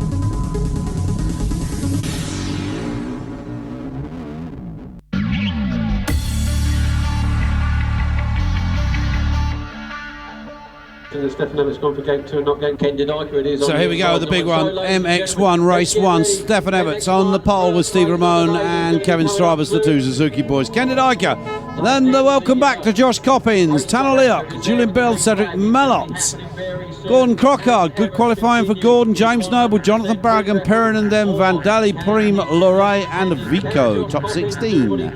Mark Jones qualifying also. Johnny Lynn, DeSalle, Bob Cobbs, Frederici, Glenn Phillips. Qualifying, well done Glenn, Thabers and Neville Bradshaw. So here we go then. Dave Nichol heads off with the green flag. Laura Watts with the 15-second board. Boy, has she grown into be a lovely lady. Here we go, who's going to get the all-important first corner? So important in motocross racing, as in many racing. And it looks to me like that's a Suzuki definitely in there. So who's going to come out the other side? That's the big question. That's a Suzuki for sure that leads this, so Everts hasn't got the best. Oh, down goes the Suzuki. It was Steve Ramone. Oh, he's so lucky not to get collected there by Josh Coppins. May well have been Pascal Lorraine that was behind him. That's let Everts through them. He didn't get the best of starts. Who's in second place? And it's Lorraine. Trevor Avery's Multitech Honda rider, Pascal Lorraine, the Frenchman, has got Coppins behind him. And that's the first time I've been able to say that name this year. Josh Coppins, the Kiwi, is back and he's on the gas. Missing 7 Grand Prix, he's making his return here at the British Grand Prix. Looks like he's gone through to second. No, he's there, still in third. That's Pascal Lorraine. This is the fight then for third position. Cedric Mellot wants to get involved with this, wants to try and get up there with his teammate. And Cedric, of course, the Belgian rider, teammate to Stefan Everts, the Intersports Mikali Ronaldo Yamaha riders. Here comes Mellot. Well, he has done 7 Grand Prix this year, returning from injury from last year, coming back after Josh Coppins, who had that rather nasty shoulder injury at the start of the season, just before the first Grand Prix. And poor old Josh Coppins, the New Zealander, that was a wretched time for him, but he finished 2 in the world last year. Won the British National Championship again, I think for the 3rd time, but it doesn't look like he's going to retain it this time. And Pascal Lorraine, well, that poor young man has had lots of problems. The great privateer from last year, he really was a fantastic runner as a privateer. Did all the work himself on his bike, no mechanic. He and his girlfriend did all the washing, cleaning and all the driving from different race meetings so he could earn money to go GP racing. But he's having a good scrap now with the number 4 machine of Cedric Mellot, teammate to the man that leads it. Number 72, which of course is Stefan Everts. Here they go. So, Coppins, where is Lorraine? Mellot having a good old scrap of this one. There is Ken Didyker. 3rd position now for Didyker, so he's found his way through. Past Mellot. Where's Coppins? I think he's back. Either just in front or just behind. I think he's just in front. They're together now. Coppins and Didyker. Well, I was right. We was just in front. Didyker has found his way through, looks back at his teammate because they both ride for the same British Honda team. But there is the man that they've all come to watch here in Great Britain. Stefan Everts wins race 1 here in Matley Basin. Coppins finishes 3rd, Didyker then in 2nd. Strybus, Mellot, Tanolia, Gordon Crockard. Great result from the Crockstar, the Irishman. 7th from Garcia Vico. Lorraine drops down to 9th from Bill. Noble, 11th. Barragan, Jones, good ride for Mark Jones. Stephen Ramone, Manuel Prem, Danny Tabers there in 16th. Freeberg's Perrinan, Frederici, Bradshaw, Neville Bradshaw, good ride from him.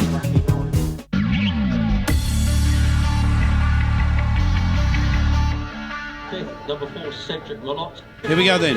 MX1 race 2. Ken Didyker on the inside there. Everts alongside him. Here they come. And as they go through, oh, a big crash of somebody there. We've got one down. Can't see who it is. But it looks like Everts has got the lead. Yes, he has. His teammate Cedric Mallet there behind him in second place. Are we going to see the Intersports Ronaldo Yamahas 1 and 2? That is either Ramon, that is Ramon and Kevin Strivers back there fighting for third place at the moment. Ramon has it at the moment. Tannerly back there behind those two Suzukis. Where is Coppins? And there he is. He's still in there with a fight. So Josh Coppins making his return to Grand Prix racing after missing the first 7 rounds. But that's the man that he wanted to do battle with. And I think Stefan Everts would have expected Coppins to be one of his main rivals. Of course, we all expected Tortelli to be the main rival. He crashed out of the Portuguese Grand Prix. He's out for the rest of the season with a leg and a hip injury. Mostly it's the leg injury, the knee injury that's taking him out. 24. Kevin Strivers on the Suzuki. Well, he's finished runner-up to Everts at the last 2 Grand Prix in Italy and, of course, in Bulgaria. Oh, I've got to say that he got with Everts in the second race in Italy, but Everts just let him come alongside and then just pulled away and left him again. So, just a great way to... and Everts goes down! Well, I've got to say that you don't often see Stefan Everts make a mistake, but he did there. Kept it running, but the 2 Suzukis have gone through. There is Josh Coppins, well, his nemesis of South Africa last year, of course. And Everts is taking no prisoners with Coppins. Coppins will be happy to finish races and score points. Remember, we go back to South Africa again this year to Sun City, and that'll be something, July, that'll be something to look forward to, especially for me. If you're watching our highlights program, remember you can watch live motocross by going to mediazone.com. That's mediazone, one word.com. Do your registration fee, pay your small amount of money, get a password, then you can watch live motocross for the rest of the season, MX1 and MX2. So if you're watching our highlights program, would like to watch it live, MediaZone is the place to go. Needed to mention another sponsor, Master Tents. They've also joined us for the second part of the season. So hi to our new addition to our sponsorship list. But meanwhile, the 2 Suzuki boys are going at it. It's Steve Ramone, who had that master crash in race 1. Lucky to get away with it. He's got his teammate behind him. That looks like the Kiwi flag. That is Tanner Leok there behind those 2 Suzukis. So, and that's Coppins, I think, behind Leok. So that's the battle now at the moment for first place. Steve Ramone has it. Where is Everts? And there is Everts. Well, quickly established that one. I think he's back in 4th at the moment now. What's he going to do?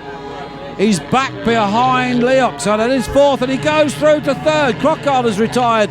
So has Pascal Leray. Gordon Crockard, a big crash on that opening corner.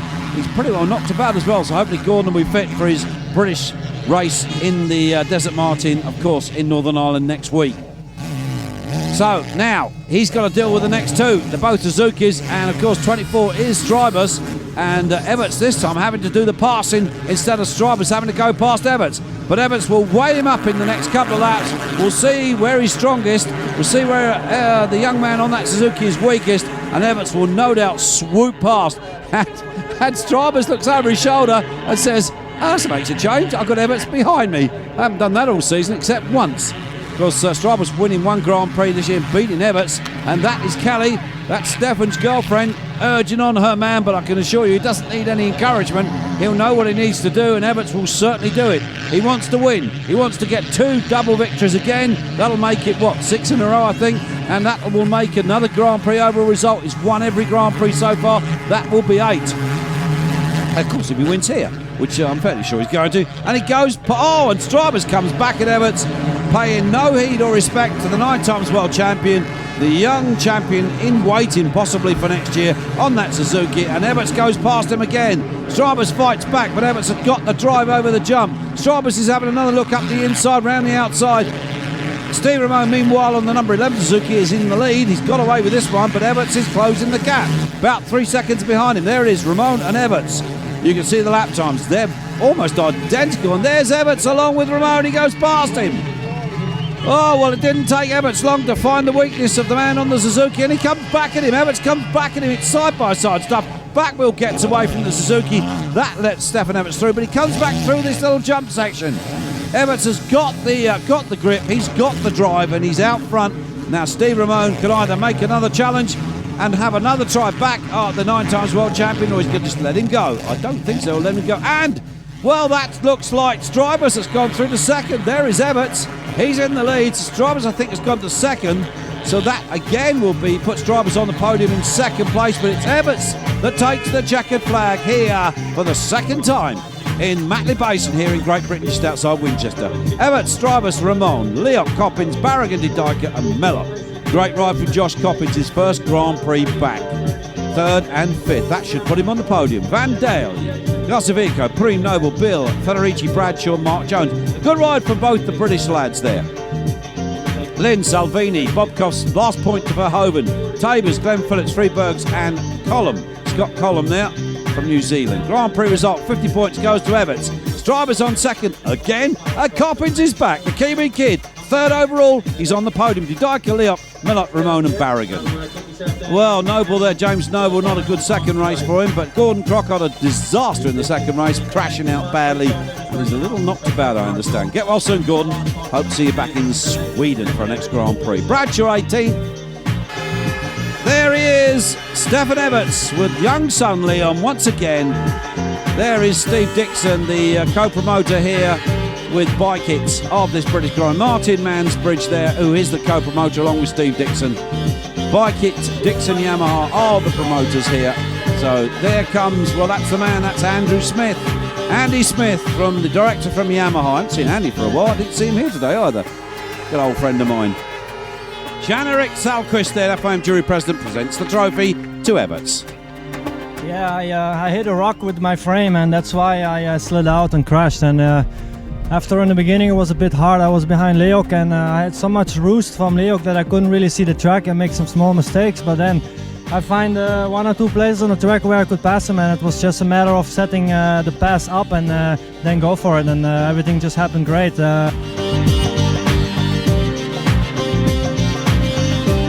So that is the world standings. Almost 100 points for Everts in front of Strava. So Leok, Didyka, Ramon, Barragan, Lorray and Mellot, the top 8 at the moment. Everts is on his way to that 10th world title. Vico, Preem, Bill, Brian Jorgensen crashed out yesterday in free practice, didn't race here today. Sebastian Tortelli also dropping out of the order. Gordon Crocker got himself 54 points. Could have been more. Stephen Sword, of course, out of the Grand Prix for the rest of the season. Coppins is back. Yamaha still lead it from Suzuki, Honda, Kawasaki, KTM and TM. That's it from round 8 here in the UK. Everts is the king. He goes to Sweden.